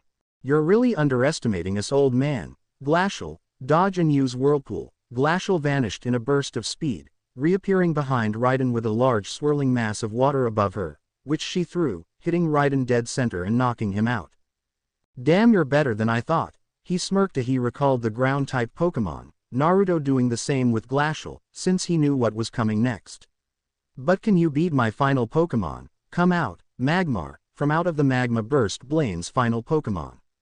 Well then, this should be fun. Let's go Amaterasu. Naruto released the black Charizard, which roared, releasing a jet of black flames. So you're going to fight fire with fire. Very well then, Magmar, use Flamethrower, counter with your own Flamethrower. A large explosion shook the volcano as the two attacks collided. Alright Ama, use Dragon's Claw, counter with Fire Punch. Ama's glowing claws met Magmar's blazing fist with a small explosion that sent them both backwards. Ama, use your speed and finish this off with Dragon Rush. Ama flapped her wings and with a burst of speed, appeared in front of Magmar and sent it flying into the wall beside Blaine with her glowing blue tail. Well, it seems you've beaten me, the old man smirked before throwing the badge to him. Of course that doesn't mean I'll make it easy the next time we battle. I wouldn't expect anything less, old man. Naruto smirked before hopping onto Ama's back, as she took off through the mouth of the volcano before the old man could yell that he wasn't old. High above Cinnabar Island, Naruto smirked. He had won his 5th and final ribbon 3 days ago, which qualified him for the grand festival which was taking place a week before the Pokemon League, so now all he had was one more badge and he'd be ready for it. So with that thought in mind, Naruto directed Ama towards Viridian City, where their final gym battle in the Kanto region awaited them. It was a bright, beautiful morning in the Kanto region, as Naruto sat on a hill with his sister Ashley, who was complaining about food, Misty, Ashley's friend who was trying to get his sister to help, Brock, Ashley's other friend who was cooking lunch, and Mito who was giggling at the sight of Ashley's Pikachu being chased by Misty's Togepi. Well, this is nice, Naruto commented as he held Mito on his lap. Both me and Ashley have all 8 badges, I have all 5 ribbons, and now we get to enjoy 2 months of relaxation before the Pokemon League, isn't that right Mito? The baby giggled before blowing a spit bubble. It had been a little over a month since Naruto had gotten his badge from Blaine, and in that time Naruto had been very busy. He had helped move Claire and Mito back into the Blackthorn City gym. He had gone to the Kalos region to meet up with Diantha in one of her newest movies, as well as meet up with Karina in order to learn a little about Mega Evolution. After he had beaten the Viridian City gym, which was being run by the Idiot Brigade, which told Naruto that Giovanni was the leader of Team Rocket, Claire had gotten a call from all the female gym leaders who had dragged her on a getaway, since the deadline for getting the 8 badges was up, which left Mito with Naruto, not that they were complaining. Yeah, though I wish Ashley would help out with some of the work, Misty said glaring at the girl. At least you have an excuse since you're holding Mito. But Misty, I'm too hungry to work, Ashley complained, getting a spite bubble from Mito, who began to giggle even more. Before anything else could be said, a random trainer walked up and asked for Ashley by name, challenging her to a battle which she readily accepted. Well, that was certainly entertaining, wasn't it Mito?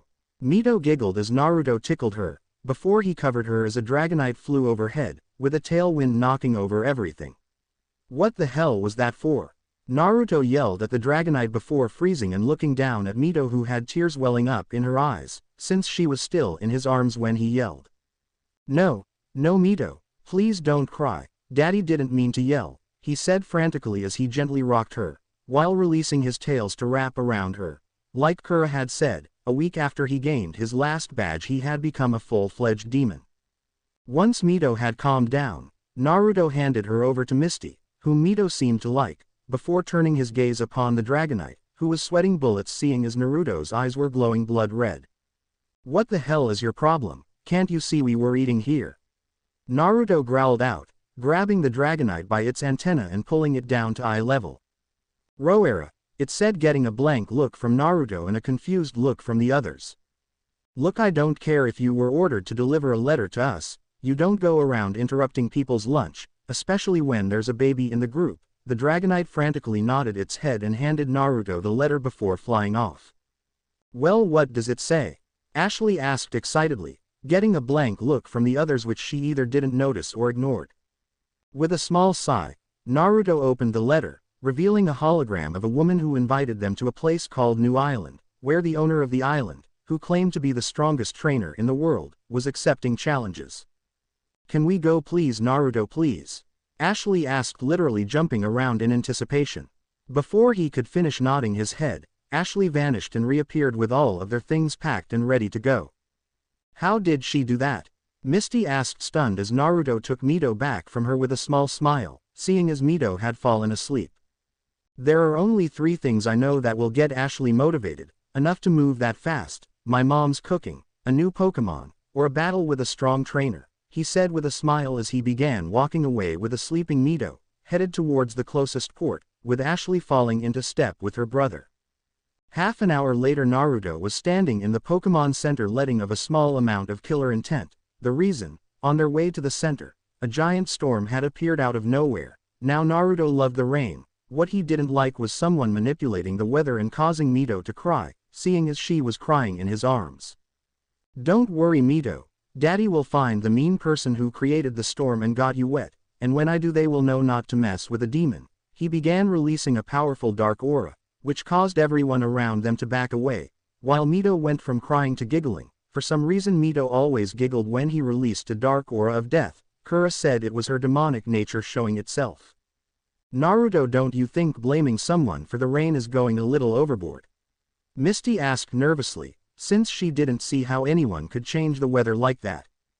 Please, you're talking to a demon with enough power to create a storm twice this size, he said, causing the 3 to pale at the thought. Besides, I can sense the powerful aura flowing through this storm and can tell you that it's not natural. The 3 teens stared at Naruto nervously. While Ashley knew her brother was powerful, it was still unnerving to hear her brother say something like that so casually, though Mito found it funny since she began giggling uncontrollably at him. Now, shall we get going to this new island? He asked, heading towards the door along with a few other trainers who were too stubborn to listen to the Coast Guard and Officer Jenny, who were saying that this was the worst storm in history. So how are we going to get to New Island? Brock asked as they stood on the port and watched as 3 other trainers released powerful-looking Pokemon which began transporting them through the storm. Simple. While you 3 were listening to Jenny talk about the storm being bad, Mito and I did a little Pokemon swap. We called Professor Oak and traded out some of my Pokemon. Naruto grabbed a Pokeball and tossed it into the air, releasing a giant white bird-like Pokemon.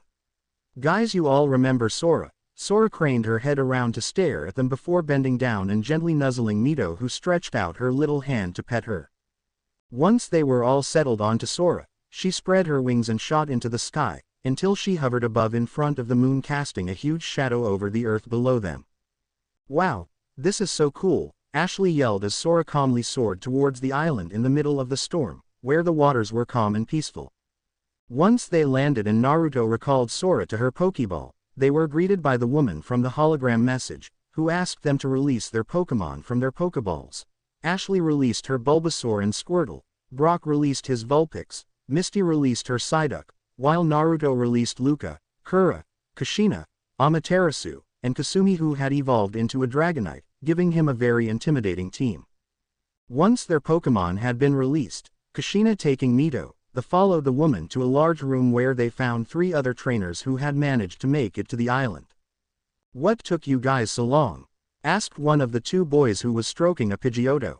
Oh, we were enjoying the scenery as we flew above the storm, before glancing over at a Venusaur, Hitmonlee, Sandslash, and Scyther. Nice team you got there. Amma gave a small snort at that before they turned their attention to a group of water Pokemon which included a Nidoqueen, Golduck, Tentacruel, Vaporeon and Gyarados. Those are my Pokemon, said the other boy, getting their attention. It was no problem getting through that storm. I rode over on Gyarados' back. Wow, I hear it takes a lot of skill to train Gyarados, Ashley said, impressed before Naruto slapped her on the back of the head. In case you didn't know, Ashley, I have 20 Gyarados back at Oak's lab, Naruto said, getting a small sheepish look from her. You haven't met my Pokemon, over there, said the only female trainer to show up, aside from Misty, as she pointed to a Wigglytuff, Blastoise, Dugong, Vileplume and Nettles, which walked over and bowed to Naruto, getting a strange look from the girl. Before anything else could be said, the lights all went off, which caused Mito to begin to tear up. Noticing this, Ashley, Kushina, Luca, and Kura all began trying to calm her down before she burst into tears, which led to Naruto taking her. There, Mito, don't cry. Daddy won't let anything happen to you, he said before turning his gaze to a figure who was floating down in a spotlight, causing all of the Pokemon to tense up, preparing for a fight. Allow me to introduce you all to my master, the woman said as a figure landed on a platform behind the woman. The figure was as tall as a human with a long purple tail and cat-like features. The figure was giving of a powerful aura which put Naruto a little on edge. Yes, my master and the world's greatest Pokemon master is also the world's strongest Pokemon, Mewtwo. At that, Naruto and his Pokemon snorted. Is there something you find funny, human? Mewtwo asked telepathically, releasing the woman from its control, revealing her to be Nurse Joy. Just that you consider yourself to be the strongest Pokemon alive, he glanced at Mewtwo with a small smirk. You see, that title belongs to my Pokemon here, he motioned at his team who all stood tall at his words. Is that so? Would you care to prove that? Mewtwo asked as its eyes glowed before a hatch in the floor opened and 3 Pokemon rose out of the floor. Allow me to introduce you to my Pokemon. The 3 Pokemon that appeared out of the floor were a Charizard, Blastoise, and Venusaur. Once the 3 were in full view, a wall opened up to reveal a large Pokemon stadium. Well, looks like this won't be a waste of time after all, Naruto smirked as he handed Mito back to Kushina. Keep her safe, Mom. I'm counting on you. Kushina nodded as Naruto, Luca, Ama and Kasumi followed after Mewtwo out onto the field. I hope you can at least make this a challenge, because we're not going to hold back. Before Mewtwo could ask what he meant, Naruto got into a crouching position before he letting out a primal roar as he changed into his full demon form. Naruto let out a powerful roar which shook the entire planet. He now stood as tall as Mewtwo and was covered in snow-white fur while 9 tails thrashed behind him before merging into one single tail which slammed into the ground, causing the island to shake. What are you? Mewtwo asked with feminine tone, having dropped the tough guy act and revealing herself to be female. Me? I'm nothing special, just your average demon, Naruto said, nodding his head, causing his Pokemon to shoot at Mewtwo's cloned Pokemon while Naruto himself headed straight for Mewtwo. Well, this should be interesting to watch, Kura said, taking her human form as Ashley and her friends, along with the other 3 trainers, watched in awe and horror at the fight going on in front of them. You're right, I just hope Claire doesn't find out that Naruto brought little Mito into a battlefield, Kushina said, also taking her human form and watching as Naruto and Mewtwo went at it, not with Pokemon attacks but with pure taijutsu. Though you have to admit his skills in taijutsu have really improved, Kura nodded while Mito giggled and laughed at the sight of the fight. It seems like Mito's enjoying herself. The 2 smiled down at the Hanyo, who managed to release her ears and tail in her excitement. Well, would you look at that, only a few months old and she's already showing her demon heritage, Kura chuckled as she scratched Mito behind the ears, causing the infant to purr, which caused the 2 to giggle. Wow, this is so cool, Ashley yelled as she cheered for Naruto, ignoring the fact that everyone else was watching in stunned silence. Well, this is certainly entertaining, Naruto panted as he landed in the middle of the arena across from Mewtwo, who was panting just as hard as him. But it looks like it's time for me to stop playing around. They both glanced around and saw that all of Naruto's Pokemon, while a little beat up, had beaten Mewtwo's Pokemon and were waiting for Naruto to finish his fight. I don't understand, Naruto glanced at Mewtwo who was glaring at him. Why are you putting so much on the line for human? Naruto saw the anger and confusion in her eyes, as well as a little bit of hurt and longing. With her emotions running wild, Naruto entered her mind. He saw how she was created, then used as a weapon for Giovanni, before she kicked him out of her mind. While entering her mind gave him a glimpse of her past, it also showed her his past before he came to this world, and all of the memories he made growing up in this world. Get out of my head, she yelled, sending out a shockwave that shook the stadium. The reason I'm putting so much on the line is because the humans they saved me from myself." She stopped at that and looked at him. "I don't remember much from my old world, but what I do remember is pain and a lot of it. But then I came here, and I was taken in by the Ketchum family. I made friends and a family of my own." They both gazed up at Ashley, Kura, Kushina and Mito, who were smiling at them. "That's why I'll put my life on the line, not just for the human and the Pokemon, but for my family." With that he shot at her like a rocket and hit her in the stomach, sending her into the wall. "It looks like I lost this battle," Mewtwo thought as she slipped into unconsciousness. "Naruto Uzumaki, you will be an interesting trainer." Once Mewtwo hit the floor, Naruto threw a Pokeball at her and captured her without a struggle, before capturing her Pokemon as well, all of whom were sent to Oak's lab. Well, that sure was an interesting fight. Naruto turned to see Kura and Kushina walking up to him with a giggling Mito. "Though you know that when Claire hears that you brought Mito into a war zone that you're going to be in trouble." Naruto paled at that as he glanced around the arena, which was in ruins, then paled even more at the thought of what Claire and the others were going to do to him when they found out Naruto had taken Mito on a potentially life-threatening trip. If they learned that, then he'd be in the doghouse until Mito became a trainer. "Please don't tell the others I'll do anything," he said as he returned to his human form, getting a small smirk from the two, which sent chills down his spine. "Anything?" they asked, which caused Naruto to swallow a lump in his throat before slowly nodding. "Very well, then we'll keep quiet, and call in our favor when you aren't looking after Mito," Kura said, which sent another chill down his spine. With a small nod of his head, Naruto recalled all of his Pokemon, took Mito, and floated into the air before using his psychic powers, which had grown in strength once he became a full demon, and wiped the memories from everyone who had received an invitation to New Island, except for Ashley and her friends, before teleporting them all back to the Pokemon Center. It was a bright and beautiful day, the sun was shining, the Pokemon were active, and a large crowd sat waiting patiently as one Naruto Ketchum stood in the center of the Pokemon arena preparing to play an opening song. Naruto stood in the center of the Pokemon League Stadium with his guitar at the ready. Around him stood his band as they prepared to open this year's Pokemon League. "You guys ready for this?" Naruto glanced over at his band, who all nodded their head. "Then let's rock this house." He strummed his guitar. "Play. 2B, A, Master, go, go, woo. So you want to be a Pokemon Master? I got to be the one, the only one who can withstand the test and be the best in. I got to strive, keep up the drive. Be a Master. It takes certain kind of skill. And I won't stop until 150 Pokemon are mine. I must define the art of capture of all Pokemon. To be a Master, Pokemon Master. I will be written a brand new chapter. Pokeball go, go," all the children sing. "Na na na na na na na na. Na na na na na na na na. It's all about the evolution of Pokemon.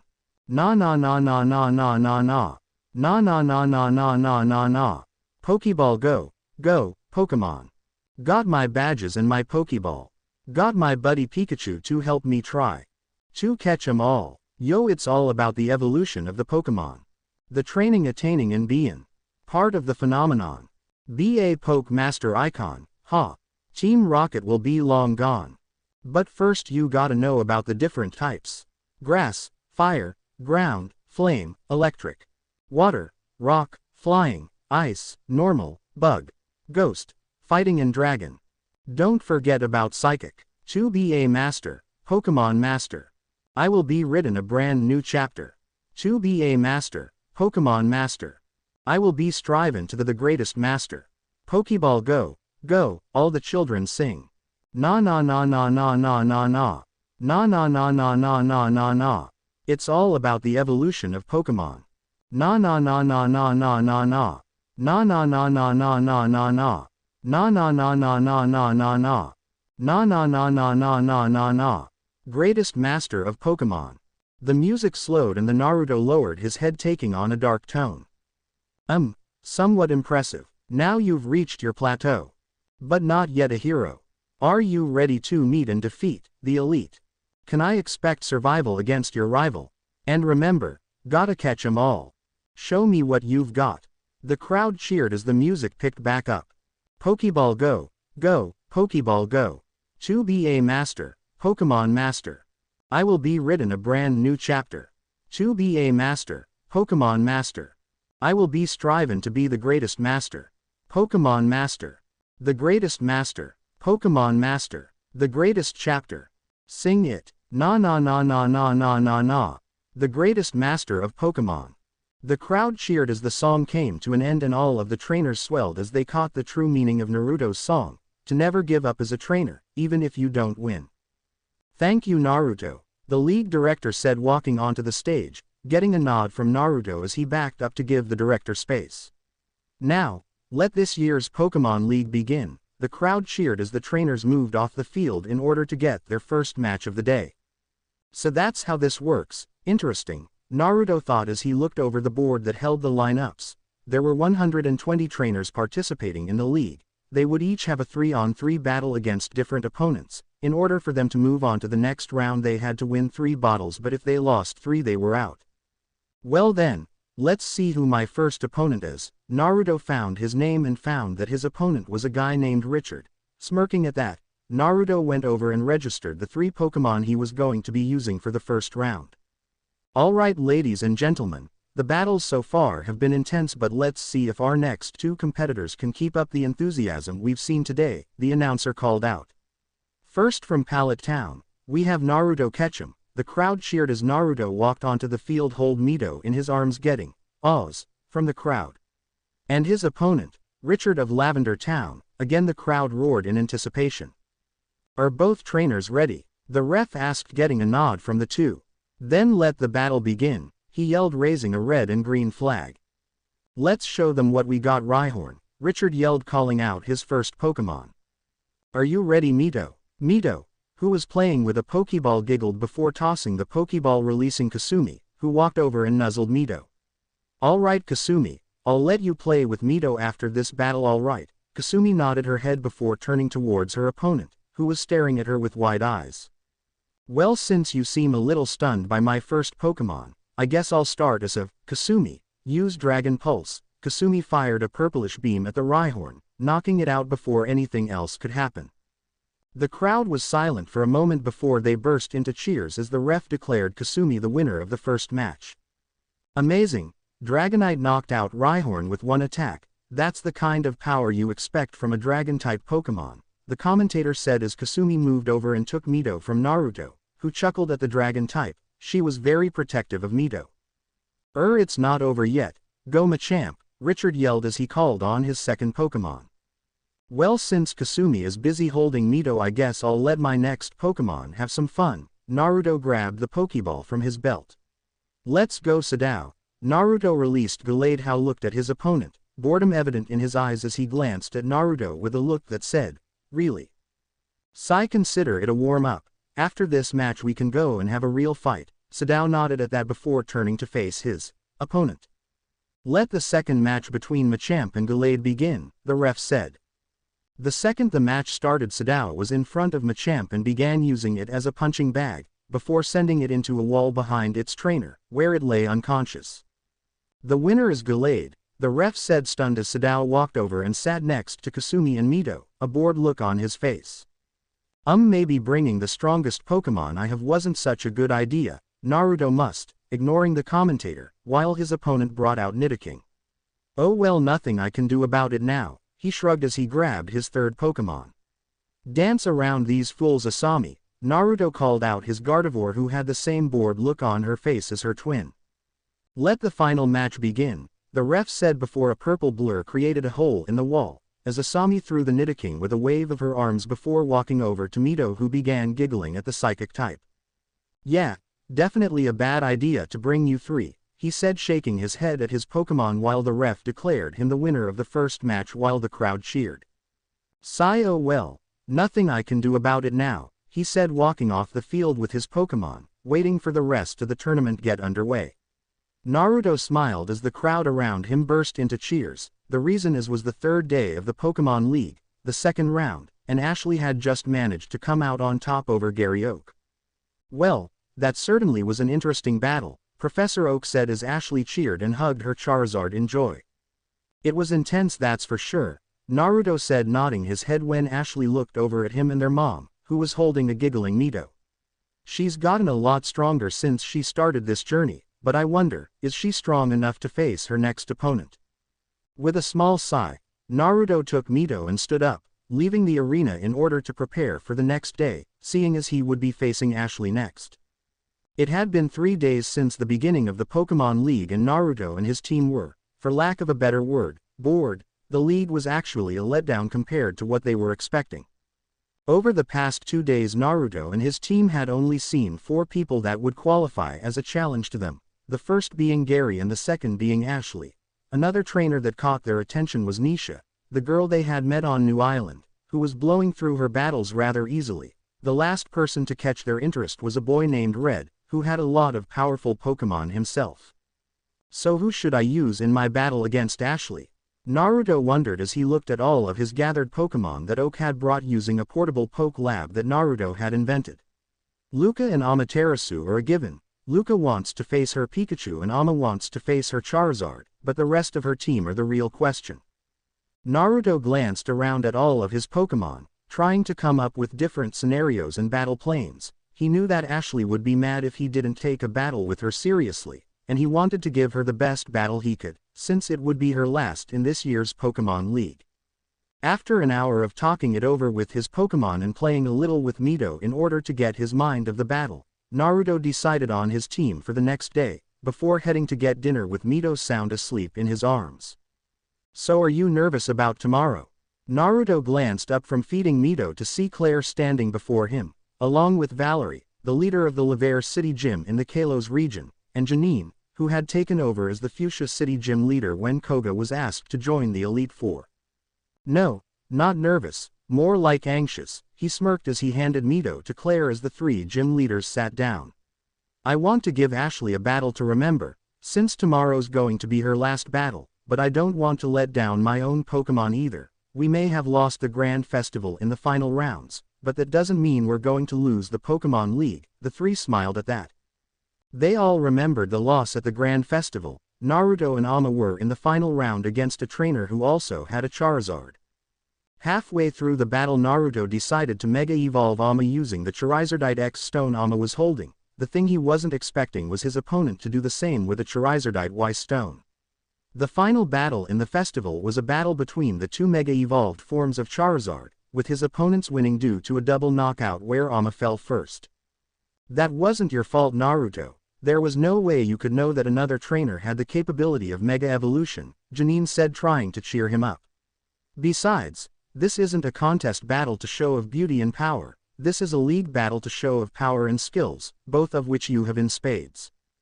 Janine's right, Naruto. You did the best you could in the festival, but you have to remember something. The 3 turned to see Kura walking up to them with Kushina and Delia.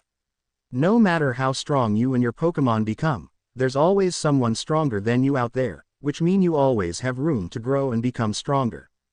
Thanks, I needed that, he smiled as he stood up, before kissing all of the girls there and heading off to his room that he shared with Claire. He needed to rest in order to be prepared for tomorrow. The next morning as the sun hung high in the sky, the crowd cheered in anticipation of the battle between the famous Naruto Ketchum and his opponent Ashley Ketchum, his sister. Down on the field Naruto stood staring at Ashley, the noise of the crowd vanishing as they stared at each other in preparation of the battle. I hope you realize that I'm not going to go easy on you, Naruto smirked as the only thing that mattered at that moment in time was his opponent. I'd be insulted if you did, Ashley smirked back as the 2 glanced over at the ref, nodding for him to start the battle. This is a 6-on-6 battle between Naruto Ketchum and Ashley Ketchum, both if Pallet Town, with no time limit. Let the battle begin. The ref raised his flags to begin the match. Bulbasaur, I chose you. Let go Rose, show them how we bloom, the 2 called out, releasing their first Pokemon. Well folks, it looks like this is going to be a battle of the evolutionary chain, as Ashley chose her Bulbasaur while Naruto chose his Venusaur. Rose, both are strong competitors and have proven themselves time and again in their battles, the announcer said as the crowd cheered. Bulbasaur, use Razor Leaf. Counter with your own Razor Leaf. A storm of leaves covered the field as the 2 grass types went head to head. So who do you think will win? Delia asked as she sat next to Claire and Mito, while some of the other girls listened in as they watched the battle. I'm going to say Naruto and Rose. The others looked over at Gardenia, who was watching the battle of grass types intently. While Bulbasaur has the advantage with speed due to its size, Rose has the power and range factors working for it, not to mention that she still has her Mega Evolution. It sounds like an unfair battle if you ask me. I mean, Naruto has his Mega Evolution, which Sycamore is still trying to study. Everyone turned to see Ivy and Juniper arriving. Yes, I suppose that would make it unfair, but knowing Ashley, she'd be mad if Naruto held back even a little, Oak said as they all focused on the battle. Alright Rose, time to end this. Naruto held up his wrist, which had a bracelet on it. Touching the bracelet, Rose began to glow as she Mega evolved before letting out a roar. Now end this with Solar Beam. Use Solar Beam as well. The crowd watched with bated breath as the two grass types fired their attacks, causing a huge explosion and dust to cover the field. Bulbasaur is unable to battle. The winner of the first match goes to Naruto. The crowd exploded as the dust cleared to reveal that Bulbasaur had been knocked out. Well, looks like the first battle goes to me. Ashley nodded quietly as they both recalled their Pokemon. Maybe, but I'm not through yet. Let's go Pidgeotto. Why not say hi to a friend? Go Gale. Ashley took a hesitant step back as the prehistoric Pokemon roared. Why are you using her? Naruto smirked, seeing the fear in Ashley's eyes, proving that she remembered the day he caught Aerodactyl, or Gale. I've been working with her a lot since that day at Grandpa Canyon, and I've gotten her to mellow out a lot, he smirked as Gale took flight.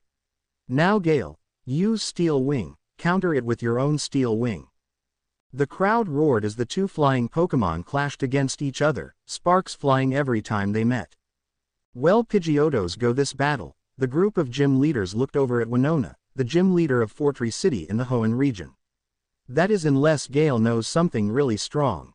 What do you mean? Claire asked curiously. She had watched as Naruto trained Gale, and knew that she was strong, which made her wonder what Winona meant. While it is true that Gale is powerful and has her size on her side, you have to remember, Pidgeotto's been with Ashley since she started her journey, and has had more training in battle, not to mention he's a lot faster. Everyone glance up at the aerial battle. Gale has a higher attack strength, but because of Pidgeotto's speed, she's taking more damage than she's giving. Winona's words proved true as Gale crashed to the ground, followed by Pidgeotto, both Pokemon picking up dust as they landed.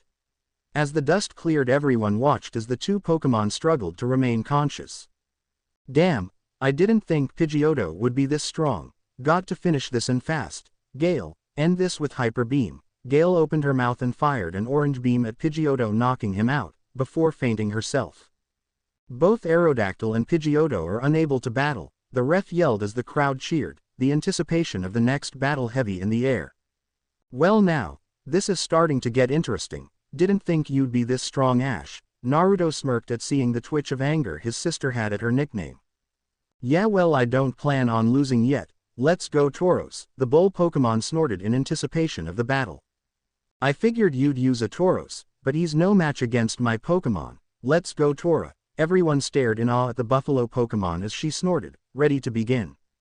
That's not going to scare us. Tauros, start off with Horn Attack. Tora, you use Horn Attack as well. The two normal-type Pokemon snorted as they charged at each other, sending out shock waves every time they clashed. Well, now this is interesting. The gym leaders turned to face Oak as he watched the battle.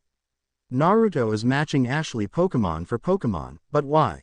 That's an easy question to answer. Everyone turned to Delia, who was smiling as she watched the two enjoy a Pokemon battle on equal terms.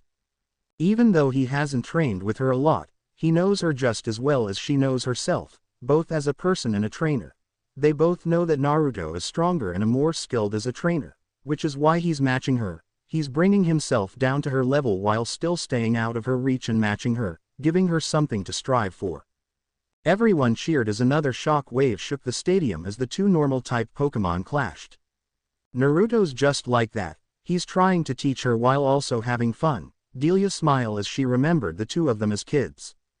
Alright Tora, time to finish this off. Giga Impact. Tauros, use Takedown to finish this. The two Pokemon charged at each other, before a cloud of dust was thrown up upon impact. Tauros is unable to battle. The winner of the third match is Naruto. The ref called once the smoke cleared, showing that Toro was still standing, though a little wobbly. We will now have a 10-minute break for a field change. Sigh man, I didn't think she had grown this strong since our battle in Celadon, Naruto thought as he sat on a bench on his side of the field while watching as Ashley talked to Botso. How are you feeling? Naruto turned to see Claire walking out of the tunnel leading to the locker rooms on his side of the field, Mito giggling in her mother's arms. 5 of the 10-minute break had already passed and the crowd was anxious for the intense battle between siblings to commence. I'm fine, just never expected Ashley to be this strong, Naruto smiled, taking Mito as Claire sat next to him. I mean, she was able to take down Gale and almost took out Tora. If her last 3 Pokemon are who I think they are, then this should be fun. Well, the girls and me are cheering for you, isn't that right, Mito? Mito started to giggle before turning her head to the side. Curious as to what caught their daughter's attention, the two turned to see Pikachu smiling at them with Ashley standing next to her. Yo Ash, what's up? Naruto smirked at the twitch his sister gained at the use of her nickname. Naruto, tell me the truth, are you taking this battle seriously?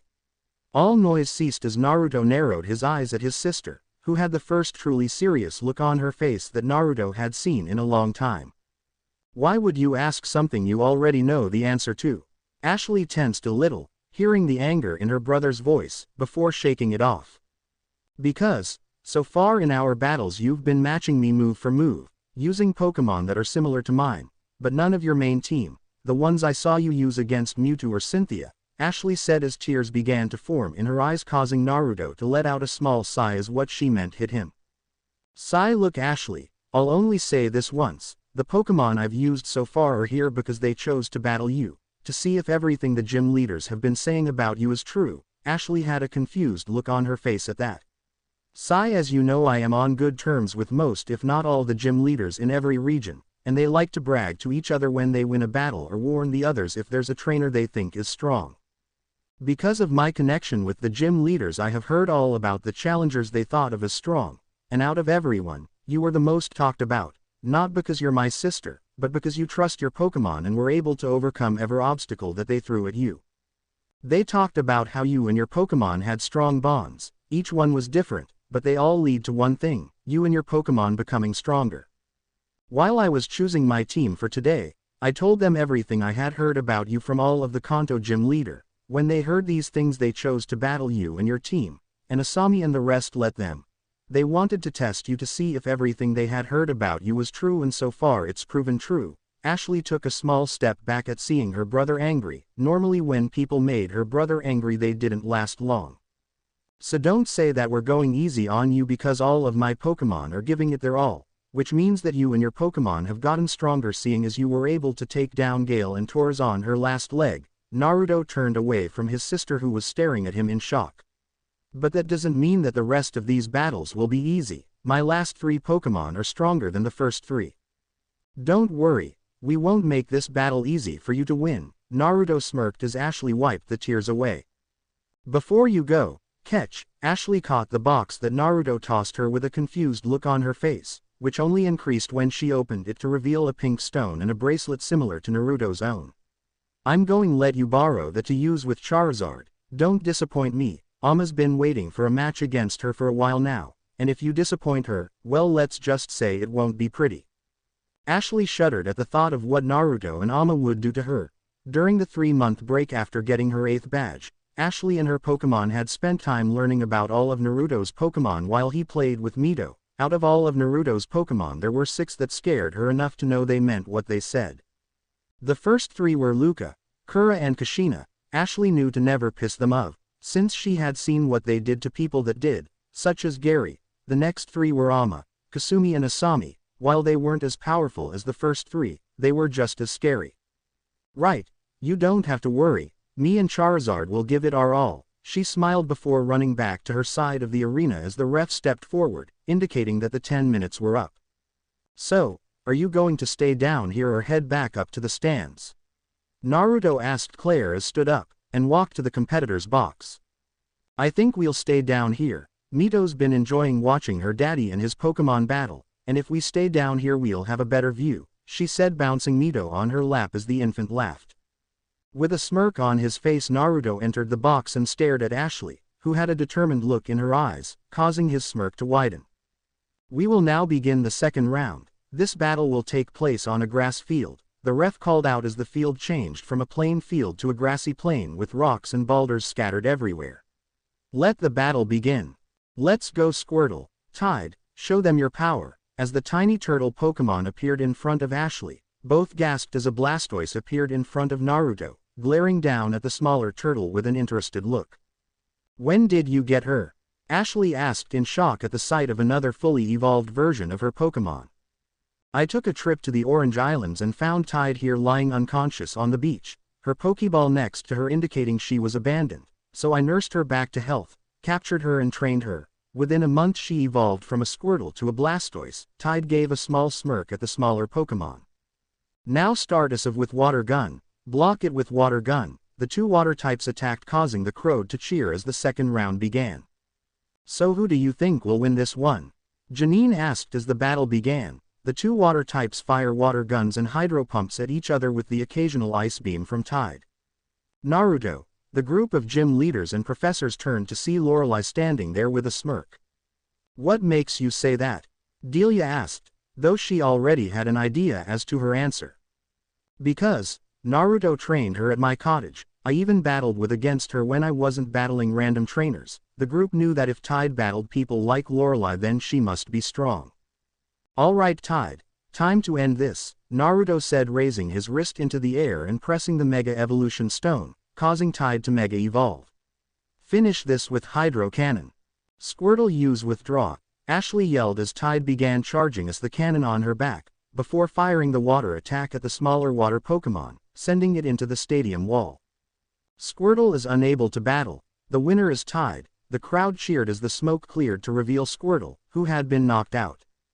Man, I didn't think things would turn out like this, Ashley said to Pikachu as she recalled Squirtle and watched Naruto recall Tide. You know who his last two Pokemon are, right? Yeah, I know. If I go out there I'm up against Luca, and if you send Charizard out she'll be up against Amma, Pikachu said, getting a nod from Ashley. So are you ready for this? Pikachu nodded before running onto the field, ready for the fight she knew was coming. So you decided to save Charizard for the final match, so be it, let's go Luca, Naruto yelled as Luca appeared standing tall and looking at Pikachu, who had a determined look on her face. So, it's going to be the two of us before Charizard and Amma. Alright then, let's start, Luca said, stretching as she waited for the ref to start the battle. Let the fifth match begin between Lucario and Pikachu. Begin. A cloud of dust exploded in the center of the field before Pikachu ran out with Luca hot on her tail. Come on, stop running, Luca yelled, going for a punch, which Pikachu dodged before releasing a thunderbolt, which hit Luca. The crowd watched in awe as the thunderbolt hit Luca, before she shook it like it was a fly, before she charged at the electric type again, before being hit with another round of thunderbolts. Man, this is really getting annoying, Luca thought as she shook of another thunderbolt from Pikachu. Alright, that's it, she yelled before being surrounded by a white glow, vanishing in a burst of speed, only to reappear behind Pikachu and send her flying with a thunder punch. So you're not going to give Luca any commands? Claire asked from her seat while Naruto stood watching the battle unfold. No, Luca wanted to battle on her own, so I agreed to let her fight with no commands, he said as Luca began firing aura spheres at the smaller Pokemon. Ashley understands this, which is why she's not giving Pikachu any orders either. Claire's eyes widened as she realized he was right. Ashley hadn't given Pikachu any orders yet. Ashley, aren't you going to give Pikachu an order? Misty asked from her seat behind Ashley, as they watched Pikachu dodge a low kick before she was sent flying by an uppercut. No, she glanced back at her two friends before turning back to the battle. This round is different than the others. It's a match between our starting Pokemon. If I give even one command, it's basically giving Luca the match. Misty fell silent at the seriousness in Ashley's tone. She had never seen her this serious about anything before. Will you stay still already? Luca yelled as Pikachu dodged another of her attacks. Both of them were panting as the battle began to drag out longer than she was actually planning. It seemed Pikachu was stronger than she looked. Fine, if you want me to stay still then let's end this with one last attack. Luca's ears perked up at this. Pikachu was willing to bet everything on one last attack. Sounds good to me. Luca smirked as she began to charge up a hyper beam while sparks flew around Pikachu as she prepared for a thunder attack. Well, Looks like this is about to end this, Naruto said as he picked up Mito, who had crawled over to him. Without another word, the two fired their strongest attacks, hitting their opponent and covering the arena in a cloud of dust. As the dust began to clear, Naruto's eyes widened in surprise at seeing Pikachu slowly rising on shaky legs while Luca stood frozen, paralyzed by the thunder attack, otherwise mostly unharmed.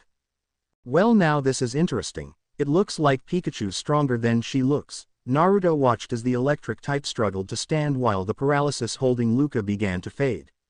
But it doesn't matter. The moment that her paralysis wears off, this battle is as good as done. A second later, Luca shook her head to clear it of the remaining paralysis just as Pikachu fainted from exhaustion.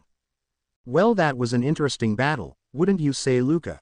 Naruto asked as his first Pokemon walked over to him with a pleased look on her face as she took Mito, who was reaching for her, from Naruto with a smile. Yes, it seems her Pikachu is stronger than we thought. She smiled down at Mito, who smiled back. I know you plan to use that during the last match, just be careful, alright. Naruto nodded as Luca sat next to Claire while Ashley stepped back into the competitor's box after having Misty look after Pikachu.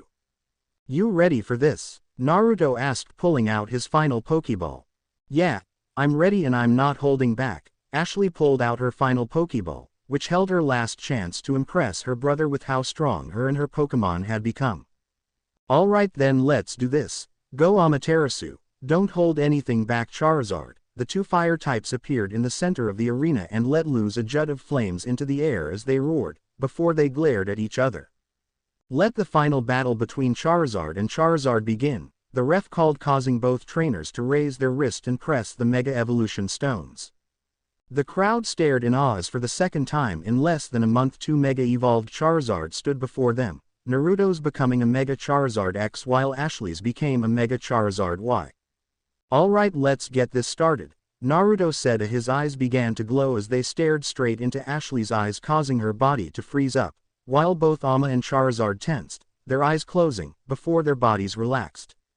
What's going on? Ashley asked, a little panicked as her vision returned to her, only to find herself standing in front of Amma.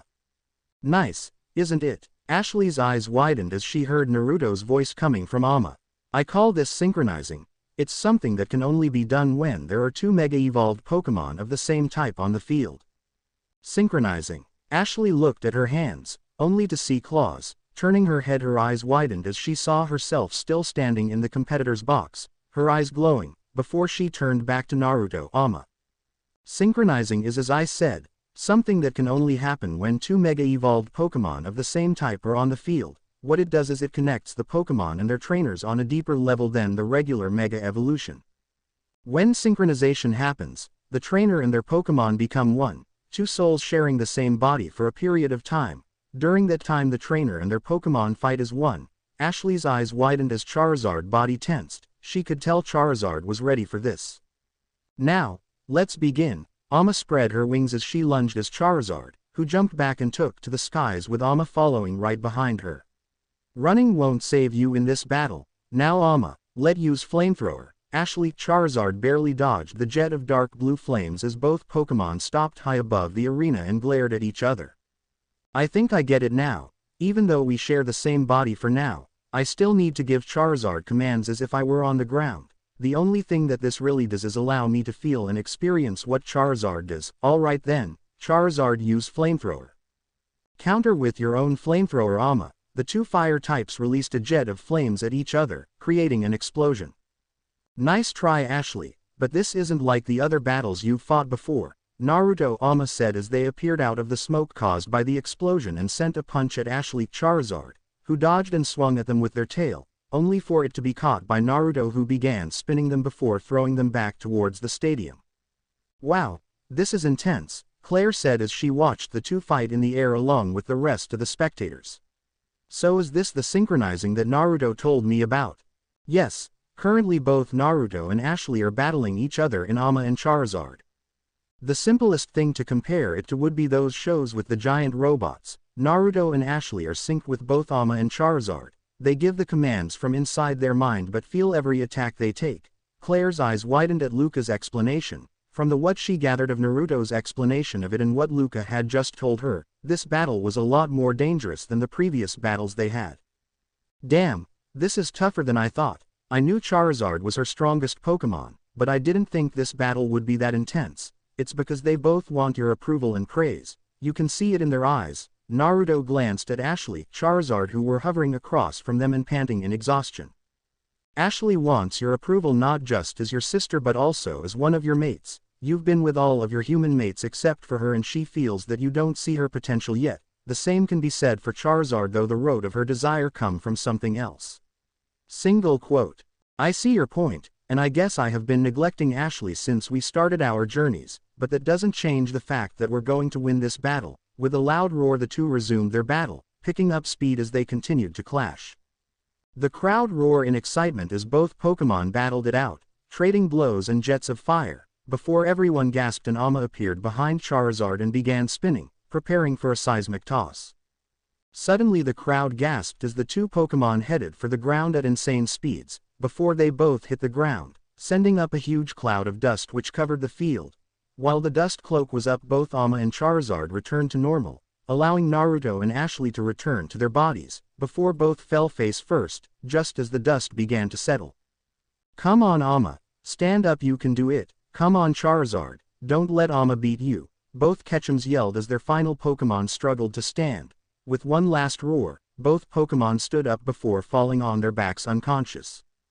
Both Pokemon are unable to battle. The winner of this match and the person moving on to the next round is Naruto Uzumaki of Pallet Town. The crowd went wild as the most intense match they had seen since the beginning of the Pokemon League came to a close, both trainers recalling their Pokemon and walking to the center of the field. Are you all right Ashley? Naruto asked as he reached the center of the field, along with Ashley, who had her head down with her bangs covering her eyes. Yeah I'm fine, just upset that I couldn't give you a better battle, she said not lifting her head, only to look up as Naruto put his hand on her head. You know it's not good to sell yourself short like that, he chuckled at her confused look. Since the start of this tournament, there hasn't been one person that has given any of my Pokemon a decent battle, until today. You were the first person to actually take out not just one but two of my girls. That's something to be proud of and as your brother, I'm glad to call you my rival. With tears in her eyes, Ashley threw her arms around Naruto, a smile on her face, at finally getting her brother's approval. Though she knew she had it since they were little, this was the first time he had voiced it since they began their journey. Thanks, but you have to promise me one thing. Naruto raised his eyebrow at that. Promise me that you'll win and become the Pokemon champion of the Kanto region. I promise, and you know I don't go back on my word because that's my ninja way. They both said the last part together before they burst out laughing. Naruto made that creed the day after he caught Luca, and it had become words that both of them live by, to never break their promise, no matter what. Naruto wore a small smile as he stood next to Ashley, Professor Oak, Delia and Claire, as the citizens of Pallet Town gathered in the back PF Oak's laboratory to celebrate the return of Naruto and Ashley, as well as congratulate him on winning the Pokemon League. I want to thank everyone here for supporting me and my girls throughout the Pokemon League, Naruto said stepping forward and giving a small bow. It's been 8 years since I became a member of the Ketchum family and moved to Pallet, and even though I wasn't born here, everyone in town treated me like family and supported me throughout the years. Whether it was support of my music or my Pokemon training, all of you supported me and for that I thank you all. The citizens of Pallet all clapped at Naruto's words. I want to thank everyone who supported me throughout the Pokemon League as well, Ashley said stepping forward. And even though I lost, at least I lost to my brother, she smiled as she linked her arm with Naruto. I'd like to give my thanks to both Ashley and Naruto for representing us in the Pokemon League, Oak smiled. And Professor Oak for hosting us here today. Now let's party, Delia grinned getting a cheer of agreement from the citizens of Pallet. Before we begin I'd like to salute Ashley for finishing in the top 16 and doing Pallet Town proud, the people of Pallet cheered.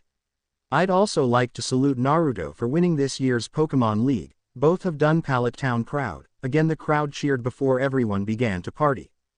Man this is some party, Naruto smirked as Gardenia and Skyla dug into the food, both being the only two gym leaders, aside from Claire, that had been able to make it to the party.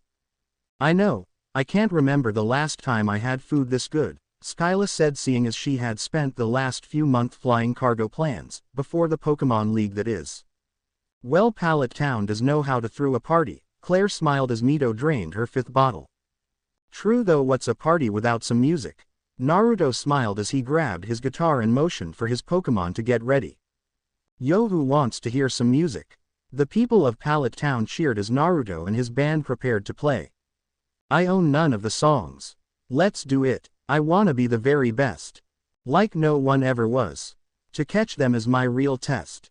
To train them is my cause. My whole life has led to this. It's time to test my skills.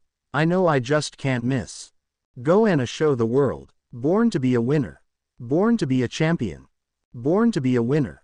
Born to be the very best. Pokemon Johto. Born to be a winner. Pokemon. Every challenge along the way. With courage I will face. I will battle every day. To claim my rightful place.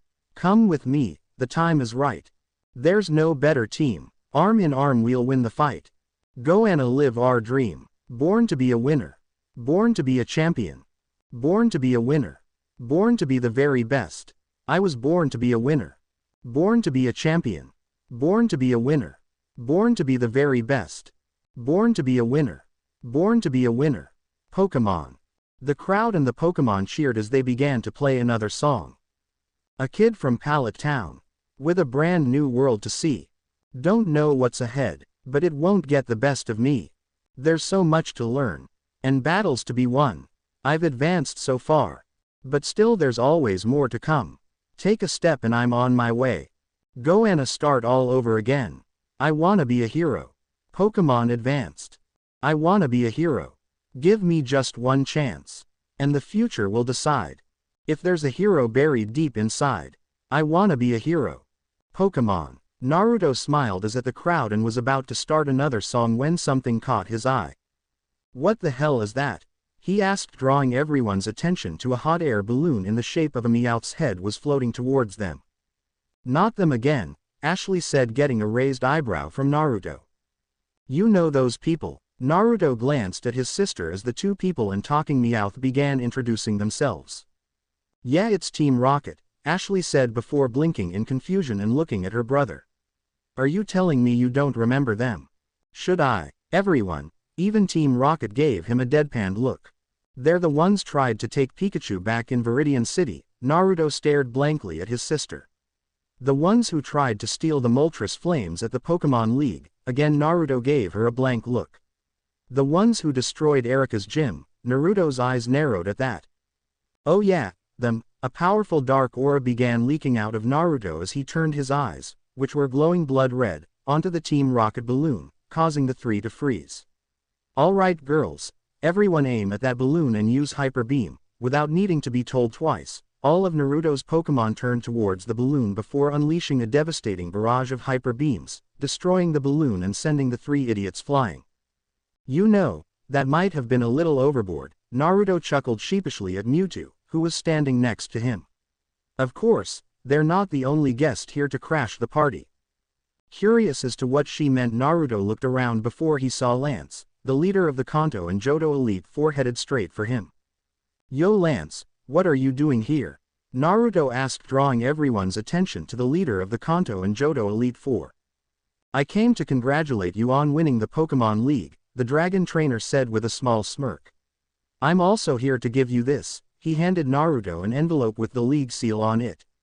These are the days that you will be allowed to battle the Elite Four. Since all of us, you included, are busy, we got together and chose dates that we would be free to battle you at the Pokemon League arena, that way the battles can be televised. Opening the letter, Naruto glanced at the dates before smirking. Each battle was a week apart, which would give him a week to choose his team for each battle, time he would use wisely, since he knew the Elite Four were no pushovers. Thanks Lance, I'll be ready, and you better be ready to hand over that title once I reach you. The Dragon Master smirked at Naruto's confidence, which he knew wasn't misplaced. I look forward to our battle, just try not to lose, Lance smirked as he turned to leave, nodding his head towards Claire, who was holding Mito, who was teething on a Pokeball. So, do you know who you're going to pick for your fight against Lorelei? Claire asked as she placed a sleeping Mito in her crib. No, I'm going to talk to all of my Pokemon in the morning and ask them what they want to do, Naruto said as he leaned against the door to Mito's room, watching as Claire tucked their daughter into bed. "Well, maybe some sleep will help you," Claire said with a seductive smirk as she walked over and kissed him. "Are you offering?" Naruto asked, wrapping his arms around the dragon trainer and pulling her close to him. "I might be, seeing as I'm the only one here," she smirked, breaking away from him and heading towards their room, a small sway in her hips that Naruto followed very closely. She was right, of course. After the party, Ashley had passed out from having too much fun and Delia had passed out along with Kura and Kushina from drinking too much, while Skyla and Gardenia had left early in order to get back to their gyms, leaving Claire, who was still on leave from her gym. "I don't think I'll be getting any sleep tonight," Naruto chuckled as he turned off the lights to Mito's room and gently closed the door before following after the dragon mistress. "Yeah, I'm not getting any sleep tonight," Naruto smirked as he entered his room to find Claire lying on the bed in only a pair of black lacy panties. "No, you're not," she said as he closed the door and stripped down to his boxers before moving over and kissing her. Lemon. As the kiss heated up, Naruto pushed her onto her back, gently massaging her censored. "You know, I didn't think we'd get to making Mito a sibling this soon, since we just found out Erika and Elisa were pregnant," Naruto said, rolling the hardening nipple of her right censored between his finger while trailing kisses down towards her left censored. "Well, I can't have Erika or Elisa beating me now, can I?" Claire moaned as Naruto began swirling his tongue around her nipple before gently biting down on it. "Besides, I figured Mito would like a sibling that's full-blood related instead of just half," she moaned as Naruto's hand moved to remove the last piece of clothing she was wearing. "I can understand that, though in the end, they are all still my children," Naruto smirked as he moved down towards her lower lips, which were already soaked. With a small smirk, Naruto began licking the juices from her, causing her to gasp in pleasure before her back arched in surprise as Naruto's fingers entered her and began stroking the inside of her. "Man, you really are more sensitive since you had Mito," Naruto chuckled a little, before moaning a little as Claire reached down and grabbed his hardening friend, before she began to stroke him. "It seems your little friend here is finally awake," she said, moving her body around until she was right in front of Naruto's member.